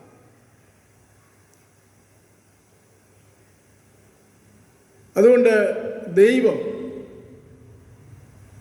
ദൈവത്തിൻ്റെ ആളത്വം അത് മനസ്സിലാക്കുവാനായിട്ട്, അത് വിശദീകരിക്കുവാനായിട്ട് പിന്നീട് സഭാപിതാക്കന്മാരൊക്കെ വളരെയധികം പരിശ്രമിക്കുകയുണ്ടായി. ആളുകൾക്ക് മനസ്സിലാകത്തക്ക വിധത്തിൽ ഈ തൃത്വത്തെ ഒന്ന് വിശദീകരിക്കുവാനായിട്ടുള്ള ശ്രമം ഉണ്ടായതായിട്ട് നമുക്ക് കാണുവാനായിട്ട് കഴിയുന്നുണ്ട്. അതുകൊണ്ട് പിതാവായ ദൈവം, പുത്രനായ ദൈവം, പരിശുദ്ധാത്മാവായ ദൈവം എന്ന് പറയുമ്പോൾ 3 ദൈവമല്ല, ഏക ദൈവത്തിൻ്റെ 3 ആളത്വങ്ങളാണ്, 3 വെളിപ്പാടുകളാണ്. അത് മനുഷ്യനുമായുള്ള ബന്ധത്തിൽ, രക്ഷയുമായുള്ള ബന്ധത്തിൽ, വീണ്ടെടുപ്പുമായുള്ള ബന്ധത്തിൽ ദൈവത്തിൻ്റെ മാറ്റമില്ലാത്ത വെളിപ്പാടുകളാണ്. യേശുക്രിസ്തു കർത്താവും രക്ഷിതാവുമായി കർത്താവിനെ സ്വീകരിക്കുമ്പോൾ, ഒരു വ്യക്തി സ്വീകരിക്കുമ്പോൾ അവൻ ദൈവത്തിൻ്റെ പൈതലായിട്ട് മാറുകയാണ്. യോഹന്നാന്റെ സുവിശേഷം 1-ാം അധ്യായം 12-ാം വാക്യത്തിൽ വായിക്കുന്നത് നാം അങ്ങനെയാണ്: അവനെ കൈക്കൊണ്ട് അവൻ്റെ നാമത്തിൽ വിശ്വസിക്കുന്ന ഏവർക്കും ദൈവമക്കളായി തീരുവാൻ അവൻ അധികാരം കൊടുത്തു. അപ്പോൾ യേശുക്രിസ്തുവിനെ കർത്താവും രക്ഷകനുമായിട്ട് സ്വീകരിക്കുമ്പോൾ ആ വ്യക്തി ദൈവത്തിൻ്റെ പൈതലായിട്ട് മാറ്റപ്പെടുവാനുള്ള അധികാരം കർത്താവ് കൊടുക്കുകയാണ്. ദൈവ പൈതലായി മാറ്റപ്പെടുകയാണ്. യേശു കർത്താവിനെ ദൈവമാണെന്ന് വളരെ അധികം പ്രാവശ്യം പഴയ നിയമത്തിലും പുതിയ നിയമത്തിലും നാം വായിക്കുന്നുണ്ട്. യെശയ്യാപ്രവചനം 6-ാം അധ്യായത്തിൽ 9-ാം അധ്യായത്തിൽ നാം വായിക്കുന്നുണ്ട്: അവൻ വീരനാം ദൈവം, നിത്യപിതാവ്, സമാധാന പ്രഭു എന്ന് പേർ വിളിക്കപ്പെടും. പുതിയ നിയമത്തിൽ അനേകം സ്ഥലങ്ങളിൽ യേശുവിനെ കുറിച്ച്, യേശുവിൻ്റെ ദൈവത്വത്തെക്കുറിച്ച് പറയുന്നുണ്ട്. പരിശുദ്ധാത്മാവ് ദൈവത്തിൽ നിന്ന് പുറപ്പെടുന്ന ആത്മാവാണ്, ദൈവത്തിൻ്റെ ആത്മാവാണ്. സകല സത്യത്തിനും വഴി നടത്തുന്ന ആത്മാവാണ്. യേശു കർത്താവ് പറഞ്ഞ ഉപദേശിച്ച കാര്യങ്ങൾ ഓർമ്മപ്പെടുത്തുന്നതാണ്. അത് വിശ്വാസികളുടെ ഹൃദയങ്ങളിൽ ഇരിക്കുകയും വിശ്വാസികളെ വഴി നടത്തുകയും ചെയ്യുകയാണ്. ദൈവമല്ലാത്ത ഒരു വ്യക്തിയുമായുള്ള കൂട്ടായ്മ സാധ്യമല്ലല്ലോ. നാം വായിച്ച ലേഖന ഭാഗം നമുക്കറിയാം. പൗലോസ് അപ്പോസ്തലൻ പറയുന്ന സഭയുടെ ആശീർവാദമായിട്ട് സഭ സ്വീകരിച്ച ഒരു വാചകമാണ്. പിതാവായ ദൈവത്തിൻ്റെ സ്നേഹം, പുത്രനായ യേശുവിൻ്റെ കൃപ, പരിശുദ്ധാത്മാവിൻ്റെ കൂട്ടായ്മ. അപ്പോൾ സ്നേഹം, കൃപ, കൂട്ടായ്മ 3 കാര്യങ്ങളാണ്. ദൈവമല്ലാത്ത ഒന്നുമായിട്ടുള്ള കൂട്ടായ്മയും ദൈവമല്ലാത്ത ഒരാളുടെ കൃപയുമല്ല. പിതാവായ ദൈവത്തിൻ്റെ സ്നേഹം, പുത്രൻ്റെ കൃപ, പരിശുദ്ധാത്മാവിൻ്റെ കൂട്ടായ്മ നിങ്ങളോട് കൂടെ ഇരിക്കട്ടെ. നമ്മുടെ സഭ പറയുന്ന ആശീർവാദം, ഏത് ആഗോള ക്രൈസ്തവ സഭ ആദിമകാലം മുതൽ ഇന്ന് വരെയും പറയുന്ന ആശീർവാദമാണ് തൃത്വനാമത്തിലുള്ള ആശീർവാദം. പ്രിയമുള്ളവരെ, ഇത് തിരുവചനം ചൂണ്ടിക്കാണിക്കുന്ന ഏതാനും ചില കാര്യങ്ങളാണ് മാത്രമാണ് നമുക്കറിയാം. എന്നാൽ കേവലം ഒരു ബൗദ്ധിക തലത്തിലല്ല നാം ഇത് മനസ്സിലാക്കേണ്ടത്. നമ്മുടെ വിശ്വാസവും നമ്മുടെ അറിവുമാണ് പ്രധാനം. എന്താണ് ഏകദൈവത്തിലുള്ള പ്രധാന അംശമെന്ന്, ഈ തൃത്വദൈവത്തിലുള്ള പ്രധാന അംശമെന്ന് ചോദിച്ചാൽ 2 കാര്യങ്ങളാണ്. ഒന്ന് സ്നേഹം, രണ്ടാമത് ഐക്യം. അതാണ് നാം വായിക്കുന്നത്. പിതാവേ, യേശു കർത്താവിൻ്റെ പ്രാർത്ഥനയിൽ, പിതാവേ, നാം ഒന്നായിരിക്കുന്നത് പോലെ ഇവരും നമ്മിൽ ഒന്നാകേണ്ടതിന്, ഒരുമിച്ച് ആയിരിക്കുന്ന ഒരനുഭവത്തെക്കുറിച്ച്, ഐക്യത്തെക്കുറിച്ച് അവിടെ പറയുകയാണ്. അത് ഒരൊറ്റ വ്യക്തിത്വം മാത്രമുള്ളിടത്ത് ഐക്യത്തിനും സ്നേഹത്തിനും പ്രസക്തിയില്ല. ആരാരെയാണ് സ്നേഹിക്കുന്നത്? ആരുമായിട്ടാണ് ഐക്യപ്പെടുന്നത്? ഒരു വ്യക്തി മാത്രം ഒരു സ്ഥലത്ത് ജീവിക്കുന്നു എന്ന് വിചാരിക്കുക. സ്നേഹത്തിന് എന്താ പ്രസക്തി? ഐക്യത്തിന് എന്താ പ്രസക്തി? എന്നാൽ ഒന്നിലധികം ആളുകൾ ഉള്ളപ്പോഴാണല്ലോ ഐക്യത്തിനും സ്നേഹത്തിനും ഒക്കെ ഒരു പ്രസക്തി ഉണ്ടാകും. ഇപ്പൊ ദൈവം സ്നേഹമാകുന്നു എന്ന് പറയുമ്പോൾ ദൈവത്തിൽ തന്നെയുള്ള ആളത്തങ്ങൾ, 3 ആളത്തങ്ങൾ. അപ്പോൾ വാങ്ങാം, കൊടുക്കാം, പങ്കിടാം. ഐക്യത്തിനും അത് തന്നെയാണ്. പിതാവേ, നാം ഒന്നായിരിക്കുന്നത് പോലെ എന്ന് യേശു പറയുക. എന്നെ കണ്ടവൻ പിതാവിനെ കണ്ടിരിക്കുന്നു, ഞാനും പിതാവും ഒന്നാകുന്നു. പിതാവ് എന്നിലും ഞാൻ പിതാവിലും എന്ന് എന്നെ വിശ്വസിപ്പിൻ, അല്ലെങ്കിൽ പ്രവൃത്തി നിമിത്തം എന്നെ വിശ്വസിപ്പിൻ. എത്ര വാക്യങ്ങൾ! അതുകൊണ്ടാണ് പൗലോസ് പറഞ്ഞത്, മഹാദൈവവും നമ്മുടെ രക്ഷിതാവുമായ യേശു ക്രിസ്തുവിൻ്റെ തേജസ്സിൻ്റെ പ്രത്യക്ഷത. യഹോവയുടെ പ്രത്യക്ഷതയെക്കുറിച്ച് ഇവിടെ എസെക്കിയേൽ പ്രവാചകൻ പറഞ്ഞത് നാം വായിച്ചു. ഇങ്ങനെയാകുന്നു യഹോവയുടെ മഹത്വ പ്രത്യക്ഷത ഞാൻ കണ്ടത് എന്ന് ഇവിടെ എസെക്കിയേൽ പറയുമ്പോൾ മനുഷ്യ രൂപവും കൂടെ അവിടെ കാണുകയാണ്, ദൈവത്തിൽ തന്നെ. ഇത് തന്നെയാണ് യോഹന്നാൻ അപ്പോസ്തലൻ പത്മോസ് ദ്വീപിൽ കണ്ടുവച്ച ദർശനത്തിലും നാം വായിക്കുന്നത്. വെളിപ്പാട് പുസ്തകം 1-ാം അധ്യായത്തിൽ അവിടെ മനുഷ്യപുത്രന് സമനായ ഒരുവനെ കാണുകയാണ്. അവന്റെ ശബ്ദം, അവന്റെ രൂപം, അവന്റെ പ്രകൃതി, ഇതെല്ലാം എസെക്കിയേൽ പ്രവാചകൻ കണ്ട ആ ദർശനത്തോട് സമമായിരിക്കുകയാണ്. പെന്തക്കോസ്ത് നാളിൽ പരിശുദ്ധാത്മാവ് വരുമ്പോഴും അങ്ങനെയാണ് കാണുന്നത്. വലിയ തീ, വലിയൊരു ഇടിമുഴക്കം പോലെയുള്ള മുഴക്കം, വലിയ കൊടുങ്കാറ്റ്. എസെക്കിയേൽ പ്രവചനത്തിലും അത് തന്നെയാണ് കാണുന്നത്. പാറിപ്പോകുന്ന തീ, വലിയ കൊടുങ്കാറ്റ്, വലിയ പെരുവെള്ളത്തിന്റെ ശബ്ദം പോലെയുള്ള ശബ്ദം. ഞാൻ അവിടെ കവിണ്ണു വീണു എന്ന് എസെക്കിയേൽ പ്രവചനം എഴുതുകയാണ്. ഞാൻ അവിടെ കവിണ്ണു വീണു. യോഹന്നാൻ അപ്പോസ്തലനും പറയുകയാണ്, അവനെ കണ്ടിട്ട് ഞാൻ മരിച്ചവനെ പോലെ അവന്റെ കാൽക്കൽ വീണു.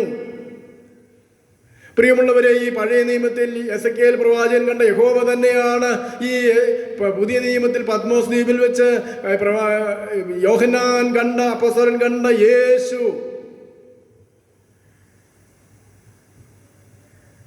അതുകൊണ്ട് നിരവധി കാര്യങ്ങൾ നമുക്ക് ചിന്തിപ്പാനായിട്ട് സാധിക്കും. നമ്മുടെ ജീവിതത്തിൻ്റെ അനുഭവം എന്താണ്?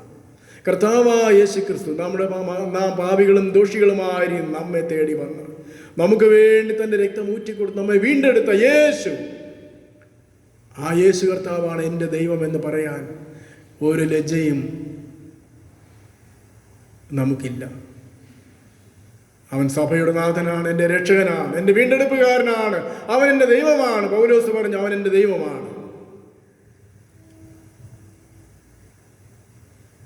തോമസ് അപ്പോസ്തലൻ പറഞ്ഞു, എൻ്റെ കർത്താവും എൻ്റെ ദൈവവുമേ എന്ന് പറഞ്ഞു.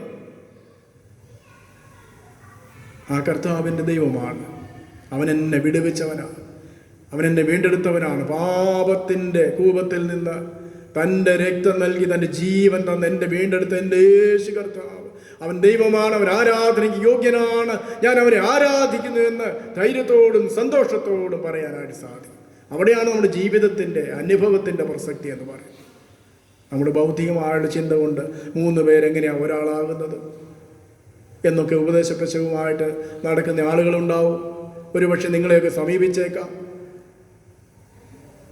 ദൈവം ഏകനാണ്, പിന്നെ 3 പേരെന്ന് പറയുന്നത് എങ്ങനെയാണ്? 3 പേരെങ്ങനെയാണ് ഒരാളാകുന്നത്? ഒരാളെങ്ങനെയാണ് 3 പേരാകുന്നത്? പ്രിയമുള്ളവരെ, തർക്കത്തിനും വാദത്തിനും ഒന്നുമല്ല.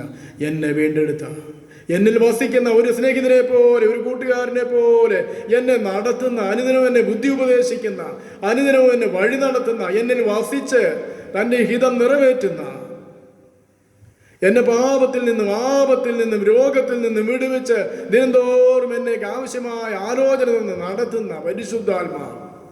യേശു പറഞ്ഞു, അവൻ വന്ന് അവൻ നിങ്ങളോടുകൂടി ഇരിക്കും, നിങ്ങളിൽ വസിക്കും.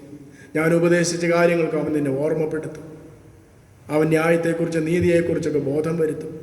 അവൻ തൻ്റെ വരവിനായി നമ്മെ ഒരുക്കും. സഭയെ അവൻ പണിയും. പരിശുദ്ധാത്മാവിന് ശുശ്രൂഷ സഭയ്ക്ക് ലഭിച്ചു. അതെ, പരിശുദ്ധാത്മാവ് ദൈവമാണ്. പരിശുദ്ധാത്മാവിനോടുള്ള പ്രാർത്ഥനയായിരുന്നല്ലോ കഴിഞ്ഞ ആഴ്ചത്തെ നമ്മുടെ ചിന്താവിഷയം. പരിശുദ്ധാത്മാവെ വരേണമേ, സകല സൃഷ്ടിയെയും പുതുക്കേണമേ. പ്രിയമുള്ളവരെ, കർത്താവ് ഒരു സ്നേഹവാനായ പിതാവാണ്. വീണ്ടെടുപ്പുകാരനായ നമുക്ക് വേണ്ടി സ്വർഗോന്നതികളെ വെടിഞ്ഞ് ഏക സമത്വത്തെ പൗലോസ് അപ്പോസ്തലൻ പറയുന്നു ഫിലിപ്പിയ ലേഖനത്തിൽ, ദൈവത്തോടുള്ള സമത്വം മുറുകെ പിടിച്ചുകൊള്ളാതെ അവൻ വേഷത്തിൽ മനുഷ്യനായി ക്രൂശിലെ മരണത്തോളം അനുസരണമുള്ളവനായി തീർന്നു. സമത്വവും സാരാംശവും ഒരേ സാരാംശം, ഒന്നിന് പിന്നാലെ ഒന്നല്ല. അല്പം ഉയർച്ച താഴ്ചകളില്ല. പിതാവ് വലുത്, പുത്രൻ അല്പം ചെറുത്, അതിനേക്കാളും ചെറുത് പരിശുദ്ധാത്മാവ്. അങ്ങനെയല്ല. നാം പിതാവ്, പുത്രൻ, പരിശുദ്ധാത്മാവ് എന്ന് പറയും ഏക സാരാംശം. ഹോമോ ഊസിയോൻ എന്നുള്ള ഗ്രീക്ക് വാക്കാണ് ഉപയോഗിച്ചത് പിതാക്കന്മാർ. ഹോമോ ഊസിയോൻ, ഊസിയ, സെയിം സബ്സ്റ്റൻസ്. ലൈക്ക് സബ്സ്റ്റൻസ് എന്നല്ല, പോലെ എന്നല്ല, പിതാവിനെ പോലെ എന്നല്ല, പിതാവിൻ്റെ ഒരേ സാരാംശത്തിൽ സമത്വവും നിത്യവും തുല്യവുമായിരിക്കുന്ന 3 ആളത്വങ്ങൾ. ആ രീതിയിലാണ് നാം തിരുവചനത്തിൽ നമ്മൾ ആരാധിക്കുന്ന ദൈവത്തെ നാം മനസ്സിലാക്കുന്നത്. അതുകൊണ്ട് തൃത്വദൈവത്തെ നമുക്ക് ആരാധിക്കാം. തൃത്വദൈവത്തിൽ വിശ്വാസം നമുക്ക് ധൈര്യമായിട്ട് നമുക്ക് ഏറ്റുപറഞ്ഞ് ദൈവത്തെ നമുക്ക് മഹത്വപ്പെടുത്താം. ദൈവം തൻ്റെ പരിശുദ്ധാത്മാവ് മുഖാന്തരം നമ്മെല്ലാവരെയും അതിനായിട്ട് ഒരുക്കുകയും സഹായിക്കുകയും ചെയ്യുമാറാകട്ടെ. നമുക്ക് വീണ്ടും പ്രാർത്ഥിക്കാം. പരിശുദ്ധനായ ദൈവമേ, സ്വർഗീയ പിതാവേ, അവിടുത്തെ ആരാധിപ്പാനും അവിടുത്തെ സ്നേഹിപ്പാനും അവിടുത്തെ മക്കളായി ജീവിപ്പാനും അവിടുന്ന് ഞങ്ങളെ ഒരുക്കുന്നുവല്ലോ. കർത്താവേ, അവിടുന്ന് ഏകദൈവമാണ്. പിതാവ്, പുത്രൻ, പരിശുദ്ധാത്മാവ് എന്ന ആ ത്രൈയ അവസ്ഥയിൽ അവിടുന്ന് ഏകനായി ജീവിക്കുന്നുവല്ലോ. കർത്താവേ, ആ ഏക സത്യദൈവത്തെ ആരാധിപ്പാൻ നീ അടിയങ്ങളെ ദിനംതോറും പ്രാപ്തിപ്പെടുത്തേണമേ. അവിടുന്ന് ഞങ്ങൾക്ക് വേണ്ടി ഈ ലോകത്തിലേക്ക് വന്നു, പാടുകളേറ്റ് മരിച്ചു, ഞങ്ങൾക്കായി ജീവിക്കുന്നു. കർത്താവെ, അവിടുന്ന് വീണ്ടും ഞങ്ങളെ ചേർക്കുവാനായിട്ട് വരും എന്ന് ഞങ്ങൾ അറിയുന്നു. അതുവരെയും ഈ ലോകത്തിൽ അവിടുത്തെ പരിശുദ്ധാത്മാവ് ഞങ്ങളോടുകൂടി ഇരുന്ന് ഞങ്ങളെ വഴി നടത്തുന്നല്ലോ. ആ പരിശുദ്ധാത്മാവാം ദൈവത്തിൻ്റെ ദൈവാലോചനയ്ക്കായും സാന്നിധ്യത്തിനായും ഞങ്ങൾ അവിടുത്തെ സ്തുതിക്കുന്നു. കർത്താവെ, ഞങ്ങൾക്ക് ആവശ്യമായ ധൈര്യവും ബലവും പ്രത്യാശയും തരുന്നതും ഈ ലോകത്തിലെ മോഹങ്ങൾക്കും പാപങ്ങൾക്കും അടിമപ്പെട്ടു പോകാതെ വണ്ണം നിലനിർത്തുന്നതും അവിടുത്തെ പരിശുദ്ധാത്മാവാകുന്നല്ലോ. ആ പരിശുദ്ധാത്മാവാം ദൈവത്തെ ഞങ്ങൾ ആരാധിക്കുന്നു. അതുകൊണ്ട് തൃത്വദൈവമേ, പിതാവും പുത്രനും പരിശുദ്ധാത്മാവുമായിരിക്കുന്ന ഏകദൈവമേ, ഞങ്ങൾ അവിടുത്തെ നാമത്തെ ആരാധിക്കുകയും മഹത്വപ്പെടുത്തുകയും അവിടുത്തെ സന്നിധിയിൽ ഞങ്ങൾ പ്രാർത്ഥിക്കുകയും ചെയ്യുന്നു. മാനവും മഹത്വം എല്ലാം അവിടുത്തേക്ക് ഇരിക്കട്ടെ. യേശുവിൻ നാമത്തിൽ പ്രാർത്ഥിക്കുന്നു. ദയ തോന്നി കേൾക്കണമേ. ആമേൻ. നമുക്ക് ഇപ്പോൾ നിത്യാവിശ്വാസ പ്രമാണം നമുക്ക് ചേർന്ന് ചൊല്ലാം. സർവശക്തിയുള്ള പിതാവായി ആകാശവും ഭൂമിയും കാണപ്പെടുന്നവയും കാണപ്പെടാത്തവയുമായുള്ള സകലത്തെയും സൃഷ്ടിച്ചവനായ ഏക ദൈവത്തിൽ ഞാൻ വിശ്വസിക്കുന്നു. ദൈവത്തിൻ്റെ ഏകജാതനായ പുത്രനായി ഏക കർത്താവായ യേശു ക്രിസ്തുവിൽ ഞാൻ വിശ്വസിക്കുന്നു. അവൻ സർവ്വലോകങ്ങൾക്ക് മുൻപേ തൻ്റെ പിതാവിൽ നിന്ന് ജനിപ്പിക്കപ്പെട്ടവൻ, ദൈവത്തിൽ നിന്ന് ദൈവം, പ്രകാശത്തിൽ നിന്ന് പ്രകാശം, സത്യദൈവത്തിൽ നിന്ന് സത്യദൈവം. ജനിപ്പിക്കപ്പെട്ടവൻ, ഉണ്ടാക്കപ്പെട്ടവനല്ല, പിതാവിനോട് ഏകതത്വമുള്ളവൻ. അവനാൽ സകലവും ഉണ്ടായി. അവൻ മനുഷ്യരായ നമുക്ക് നമ്മുടെ രക്ഷയ്ക്ക് വേണ്ടി സ്വർഗത്തിൽ നിന്ന് ഇറങ്ങി പരിശുദ്ധാത്മാവിനാൽ കന്യമറിയിൽ നിന്ന് അവതരിച്ച് മനുഷ്യനായി തീർന്നു. പൊന്തിയോസ് പിലാത്തോസിന് കീഴിൽ നമുക്ക് വേണ്ടി ക്രൂശിക്കപ്പെട്ടു. അവൻ കഷ്ടപ്പെട്ടു, അടക്കപ്പെട്ടു. തിരുവെഴുത്തുകളിൻ പ്രകാരം 3-ാം ദിവസം ഉയർത്തെഴുന്നേറ്റു, സ്വർഗത്തിലേക്ക് കയറി, പിതാവിൻ്റെ വലത്തുഭാഗത്തിരിക്കുന്നു. അവൻ ജീവനുള്ളവരെയും മരിച്ചവരെയും ന്യായം വിധിപ്പാൻ മഹത്വത്തോടെ വീണ്ടും വരും. അവൻ്റെ രാജ്യത്തിന് അവസാനമുണ്ടാകുകയില്ല. കർത്താവും ജീവിപ്പിക്കുന്നവനും പിതാവിൽ നിന്നും പുത്രനിൽ നിന്നും പുറപ്പെടുന്നവനും പിതാവിനോടും പുത്രനോടും കൂടെ വന്ദിക്കപ്പെട്ട് മഹത്വപ്പെടുന്നവനും പ്രവാചകരെ കൊണ്ട് പറയിച്ചവനുമായ പരിശുദ്ധാത്മാവിന് ഞാൻ വിശ്വസിക്കുന്നു. കാതോലികവും അപ്പസ്തോലികവുമായ ഏക വിശുദ്ധ സഭയിൽ ഞാൻ വിശ്വസിക്കുന്നു. പാപമോചനത്തിനുള്ള ഏക ബപ്തിസ്മയെ ഞാൻ അനുസരിക്കുന്നു. മരിച്ചവരുടെ പുനരുദ്ധാനത്തിനും വരുവാനുള്ള ലോകത്തിലെ ജീവനും ഞാൻ കാത്തിരിക്കുന്നു. ആമേൻ. കർത്താവിൽ പ്രിയമുള്ളവരെ, ചില കാര്യങ്ങൾ ഉറപ്പിക്കുവാനായിട്ട് ആഗ്രഹിക്കുന്നു. നിങ്ങളെല്ലാവരും അതാത് ഇടങ്ങളിൽ ക്ഷേമമായി ഇരിക്കുന്നു എന്ന് വിശ്വസിക്കുന്നു. അതെങ്ങനെ ആയിരിക്കട്ടെ എന്ന് പ്രത്യേകമായിട്ട് പ്രാർത്ഥിക്കുന്നു ഓരോ ദിവസവും. അതുപോലെ തന്നെ നമ്മുടെ ദേശത്തിനും നമ്മുടെ രാജ്യത്തിനും നമ്മുടെ ലോകത്തിനും വേണ്ടി ഈ നാളുകളിൽ നമുക്ക് വളരെ താല്പര്യത്തോടെ, കണ്ണീരോടെ, ഭാരത്തോടെ, ഹൃദയഭാരത്തോടെ നമുക്ക് പ്രാർത്ഥിക്കാം. നമ്മുടെ പ്രാർത്ഥന വൃഥാവായി പോകയില്ല. ഇന്നല്ലെങ്കിൽ നാളെ അതിന് മറുപടി കർത്താവ് തരും എന്നുള്ളതിന് സംശയമില്ല. പ്രാർത്ഥന, പ്രയർ ചേഞ്ചസ് എന്നാണ് പറയുക. പ്രാർത്ഥന രൂപപ്പെടുത്തുന്ന ഒന്നാണ്. നമ്മെ മറ്റുള്ളവരെയും ദേശത്തേക്ക് രൂപാന്തരപ്പെടുത്തുവാനുള്ള ശക്തി പ്രാർത്ഥനയ്ക്കുണ്ട്. ഞാൻ ആദ്യമായിട്ട് ഓർപ്പിക്കുന്നത്, നിങ്ങളെ പ്രാർത്ഥിക്കണമേ, പ്രാർത്ഥിക്കുന്നതിൽ മടുത്തു പോകരുതേ എന്നാണ് പറയുന്നത്. ഇത്ര നാളുകളായി നമുക്കറിയാം, ദൈവാലയത്തിൽ ആരാധനയ്ക്ക് കൂടി വന്ന് നമുക്ക് സാധിക്കുന്നില്ല. വളരെയധികം ദുഃഖവും വിഷമവും നമുക്ക് ആ കാര്യത്തിലുണ്ട്. എന്നാൽ ചെറിയ ഇളവുകൾ ഈ ദിവസങ്ങളിൽ ലഭിച്ചിട്ടുണ്ട് എന്നുള്ളത് അറിയുവാനായിട്ട് സാധിച്ചു. എങ്കിലും വളരെയധികം നിബന്ധനകൾ ഉണ്ട് അതിന് എന്ന് നമുക്കറിയാം. കുറച്ച് ആളുകൾ മാത്രമേ, ദേവാലയത്തിൻ്റെ വിസ്തീർണം അനുസരിച്ചുള്ള ആളുകൾക്ക് മാത്രമേ പ്രവേശനമുള്ളൂ. അവർ മാസ്ക് നിർബന്ധമായി ഉപയോഗിക്കണം. വിശുദ്ധ വസ്തുക്കൾ തൊടരുത്. അതുപോലെ തിരുവത്താഴ ശുശ്രൂഷ തന്നെ അത് എളുപ്പമുള്ള ഒരു കുർബാന തന്നെ ഒരു എളുപ്പമുള്ള കാര്യമല്ല. ദേവാലയത്തിൽ കയറുന്നത് ഇതെല്ലാം നിങ്ങൾ വായിച്ചല്ലോ, അറിഞ്ഞ കാര്യമാണല്ലോ. എന്തായാലും ഈ ഇളവനുസരിച്ച് എന്തെങ്കിലും ക്രമീകരണങ്ങൾ ദേവാലയത്തിൽ ചെയ്യുന്നുണ്ടോ എങ്കിൽ പിന്നാലെ നിങ്ങളെല്ലാവരെയും അറിയിക്കുന്നതാണ് എന്ന് ഞാൻ അറിയിക്കുന്നു. ഈ വിശുദ്ധാരാധനയിൽ നിങ്ങൾ ഭവനങ്ങളിലിരുന്ന് ഒരു പരിധിവരെ നിങ്ങളുടെ ജീവിതത്തിന് അനുഗ്രഹവും സന്തോഷവും ആകുന്നു എന്ന് വിശ്വസിച്ച് വളരെ പ്രാർത്ഥനയോടെയാണ് ഇപ്രകാരം ഒരു ക്രമീകരണം ചെയ്യുന്നത്. വളരെ ശ്രമകരമായൊരു കാര്യമാണ് ഈ ആരാധന നടത്തി അപ്ലോഡ് ചെയ്ത് നിങ്ങൾക്ക് എത്തിച്ച് തരുന്നത് എന്നുള്ള കാര്യവും കൂടെ ഞാൻ നിങ്ങളെ ഓർപ്പിക്കുക. ഈ ആരാധന ഇങ്ങനെ ഫോണിൽ എടുത്ത് ഇത് ഒരു 3.5 GB വരും. അത് പിന്നെ വീഡിയോ കംപ്രസർ ഉപയോഗിച്ച് കംപ്രസ് ചെയ്ത് അപ്ലോഡ് ചെയ്യണം. 2 GB മാത്രമേ നെറ്റേ ഉള്ളൂ ഫോണിൽ. എന്നാൽ അത് കൂടുതലാകാൻ പാടില്ല. രാത്രിയിലൊക്കെ ഇരുന്ന് 1 മണി വരെയോ ചില സമയത്ത് 2 മണി വരെയോ ഒക്കെ ഇരുന്ന് അതിന് തടസ്സം വരാതെ അപ്ലോഡ് ചെയ്ത് രാവിലെ ഷെയർ ചെയ്ത് നിങ്ങൾ എത്തിക്കുന്നത് വളരെ ശ്രമകരമായൊരു കാര്യമാണ്. പക്ഷേ ഞാൻ സന്തോഷത്തോടെ ചെയ്യുകയാണ്. അതിന് നിങ്ങൾക്ക് അനുഗ്രഹമാകട്ടെ എന്നുള്ള പ്രാർത്ഥനയോടുകൂടെ തീർച്ചയായിട്ടും ചെയ്യുകയാണ്. അധികം വൈകാതെ നമുക്ക് ദേവാലയങ്ങളിൽ കൂടി വന്ന് ആരാധിക്കാൻ സാധിക്കും എന്ന് ഞാൻ പ്രതീക്ഷിക്കുകയാണ്. നിങ്ങൾ ആരാധനയിൽ നമ്മുടെ സ്തോത്ര കാഴ്ചയൊക്കെ ഒരു പ്രധാന കാര്യമാണെന്നല്ലോ നമുക്കറിയാം.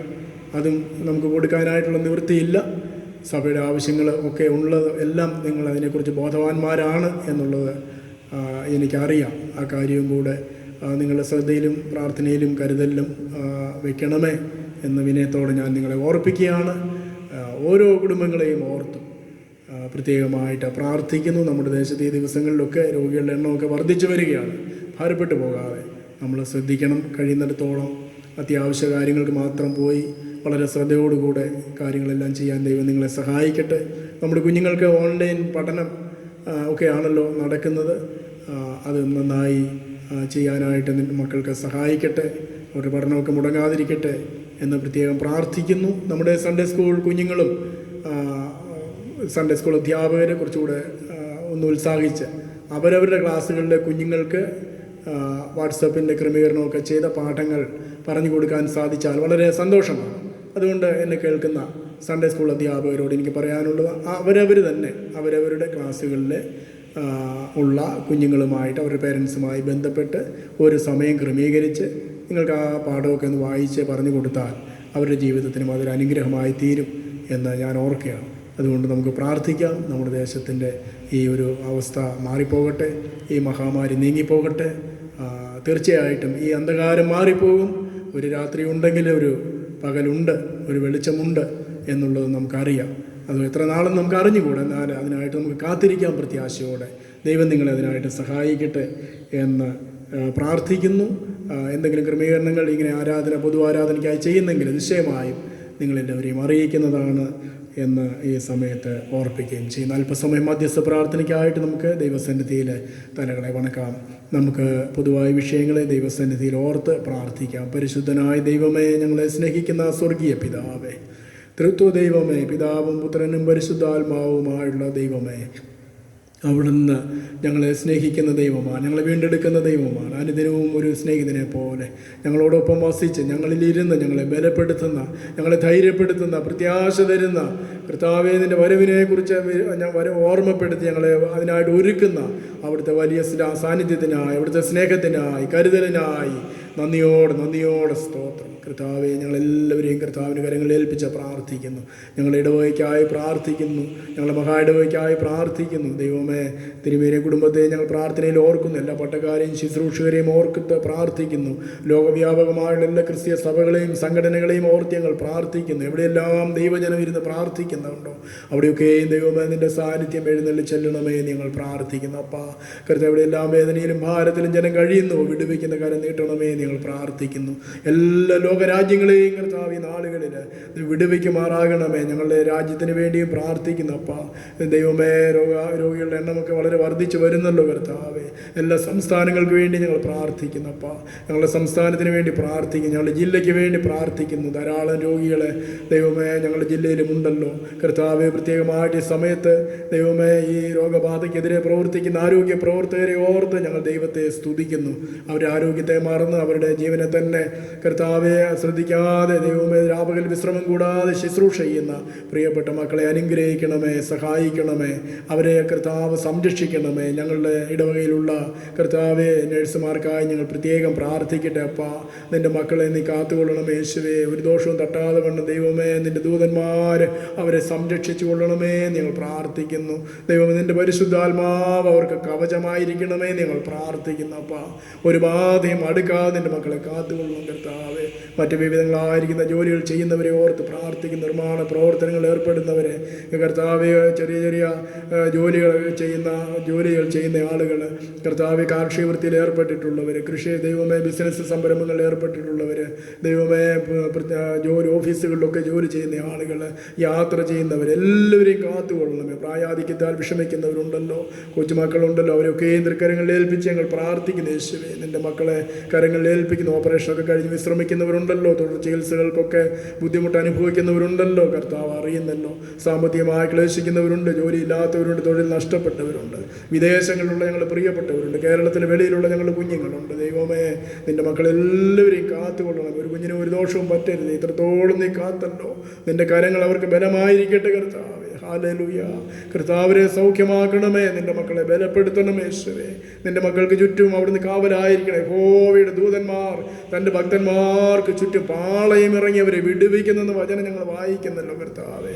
നിന്റെ മക്കളെ അവിടുന്ന് കരുണയോടെ കാത്തുകൊള്ളണം. നന്മകളാൽ അവിടുന്ന് നിറയ്ക്കണം. അടികളെ ദുർഗരങ്ങൾ ഏൽപ്പിക്കുകയാണ്. അവിടുത്തെ വേലയിൽ അവിടുത്തെ ശുശ്രൂഷയിൽ വർദ്ധിച്ചു വരുവാൻ സഹായിക്കണം. ഈ ഭൂലോകത്തിൻ്റെ അറ്റത്തോളം പോയി നിന്നെ സകല ജനത്തെയും സകല മനുഷ്യരെയും എൻ്റെ ശിഷ്യരാക്കുവാനായിട്ട് അവിടുത്തെ ആഹ്വാനമുണ്ടല്ലോ കർത്താവേ. അവിടുത്തെ പരിശുദ്ധാത്മാവിനാൽ നിറയപ്പെട്ട് തൻ്റെ ജനം ഈ നാളുകളിൽ അവിടുത്തെ വേല ചെയ്യുവാൻ നിൻ്റെ മക്കളെ ബലപ്പെടുത്തണമെന്ന് പ്രാർത്ഥിക്കുന്നു. നന്മകളാലും അനുഗ്രഹങ്ങളാലും നിറയ്ക്കണമേ. ചോദിച്ചിലപ്പുറമായ അനുഗ്രഹങ്ങൾ കൂടി നൽകണം. യേശു മശിഹ ഒരൊറ്റ വിനയമായി പ്രാർത്ഥിക്കുന്നു. ദയ തോന്നി കേൾക്കണമേ. ആമേൻ. കർത്താവ് നമ്മെ പഠിപ്പിച്ചതുപോലെ നമുക്ക് ചേർന്ന് പ്രാർത്ഥിക്കാം. സ്വർഗസ്ഥനായ ഞങ്ങളുടെ പിതാവേ, നിന്റെ നാമം പരിശുദ്ധമാക്കപ്പെടണമേ. നിന്റെ രാജ്യം വരണമേ. നിന്റെ ഇഷ്ടം സ്വർഗ്ഗത്തിലെ പോലെ ഭൂമിയിലും. ഞങ്ങളുടെ കടക്കാരോട് ഞങ്ങൾ ക്ഷമിച്ചിരിക്കുന്ന പോലെ ഞങ്ങളുടെ കടങ്ങളെ ഞങ്ങളോടും ക്ഷമിക്കണമേ. ഞങ്ങളെ പരീക്ഷയിലേക്ക് എടുത്തരുതേ. ദുഷ്ടങ്ങൾ ഞങ്ങളെ വിടുവിക്കണമേ. രാജ്യവും ശക്തിയും മഹത്വവും എന്നേക്കും അവിടത്തേക്കുള്ളതാകുന്നു. ആമേൻ. വിശ്വാസമുള്ള ഹൃദയങ്ങളോട് കർത്താവിൻ്റെ ആശീർവാദം സ്വീകരിക്കാം. നമ്മുടെ കർത്താവായ യേശു മശിഹായുടെ കൃപയും പിതാവായ ദൈവത്തിൻ്റെ സ്നേഹവും പരിശുദ്ധാത്മാവിൻ്റെ കൂട്ടായ്മയും നടത്തിപ്പും കാവലും പ്രിയമുള്ളവരെ നമ്മോടും നാം ഓർത്ത് പ്രാർത്ഥിച്ച എല്ലാ കാര്യങ്ങളോടും നമ്മുടെ ജീവിതത്തോടും ആവശ്യങ്ങളോടും ഇന്നും എല്ലായ്പ്പോഴും ഇരിക്കുമാറാകട്ടെ.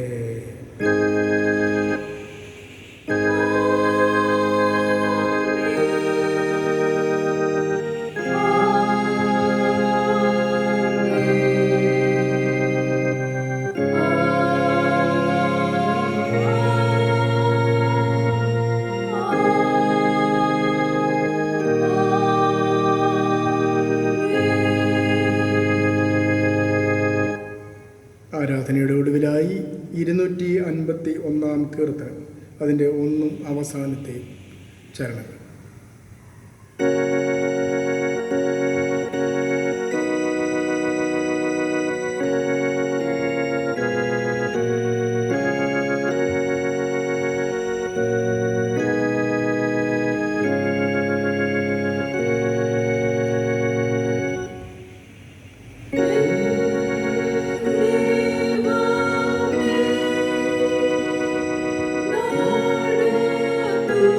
Lord,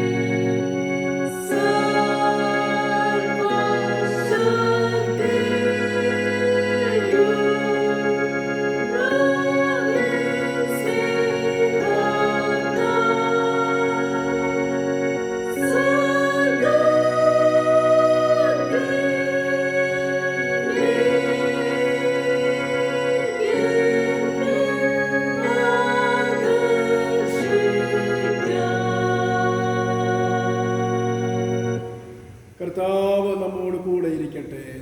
നിങ്ങളുടെ ആത്മാവോടുകൂടെ നമുക്ക് സമാധാനമായി ഇരിക്കാം. കർത്താവിന്റെ നാമത്തിൽ തന്നെ. ആമേൻ.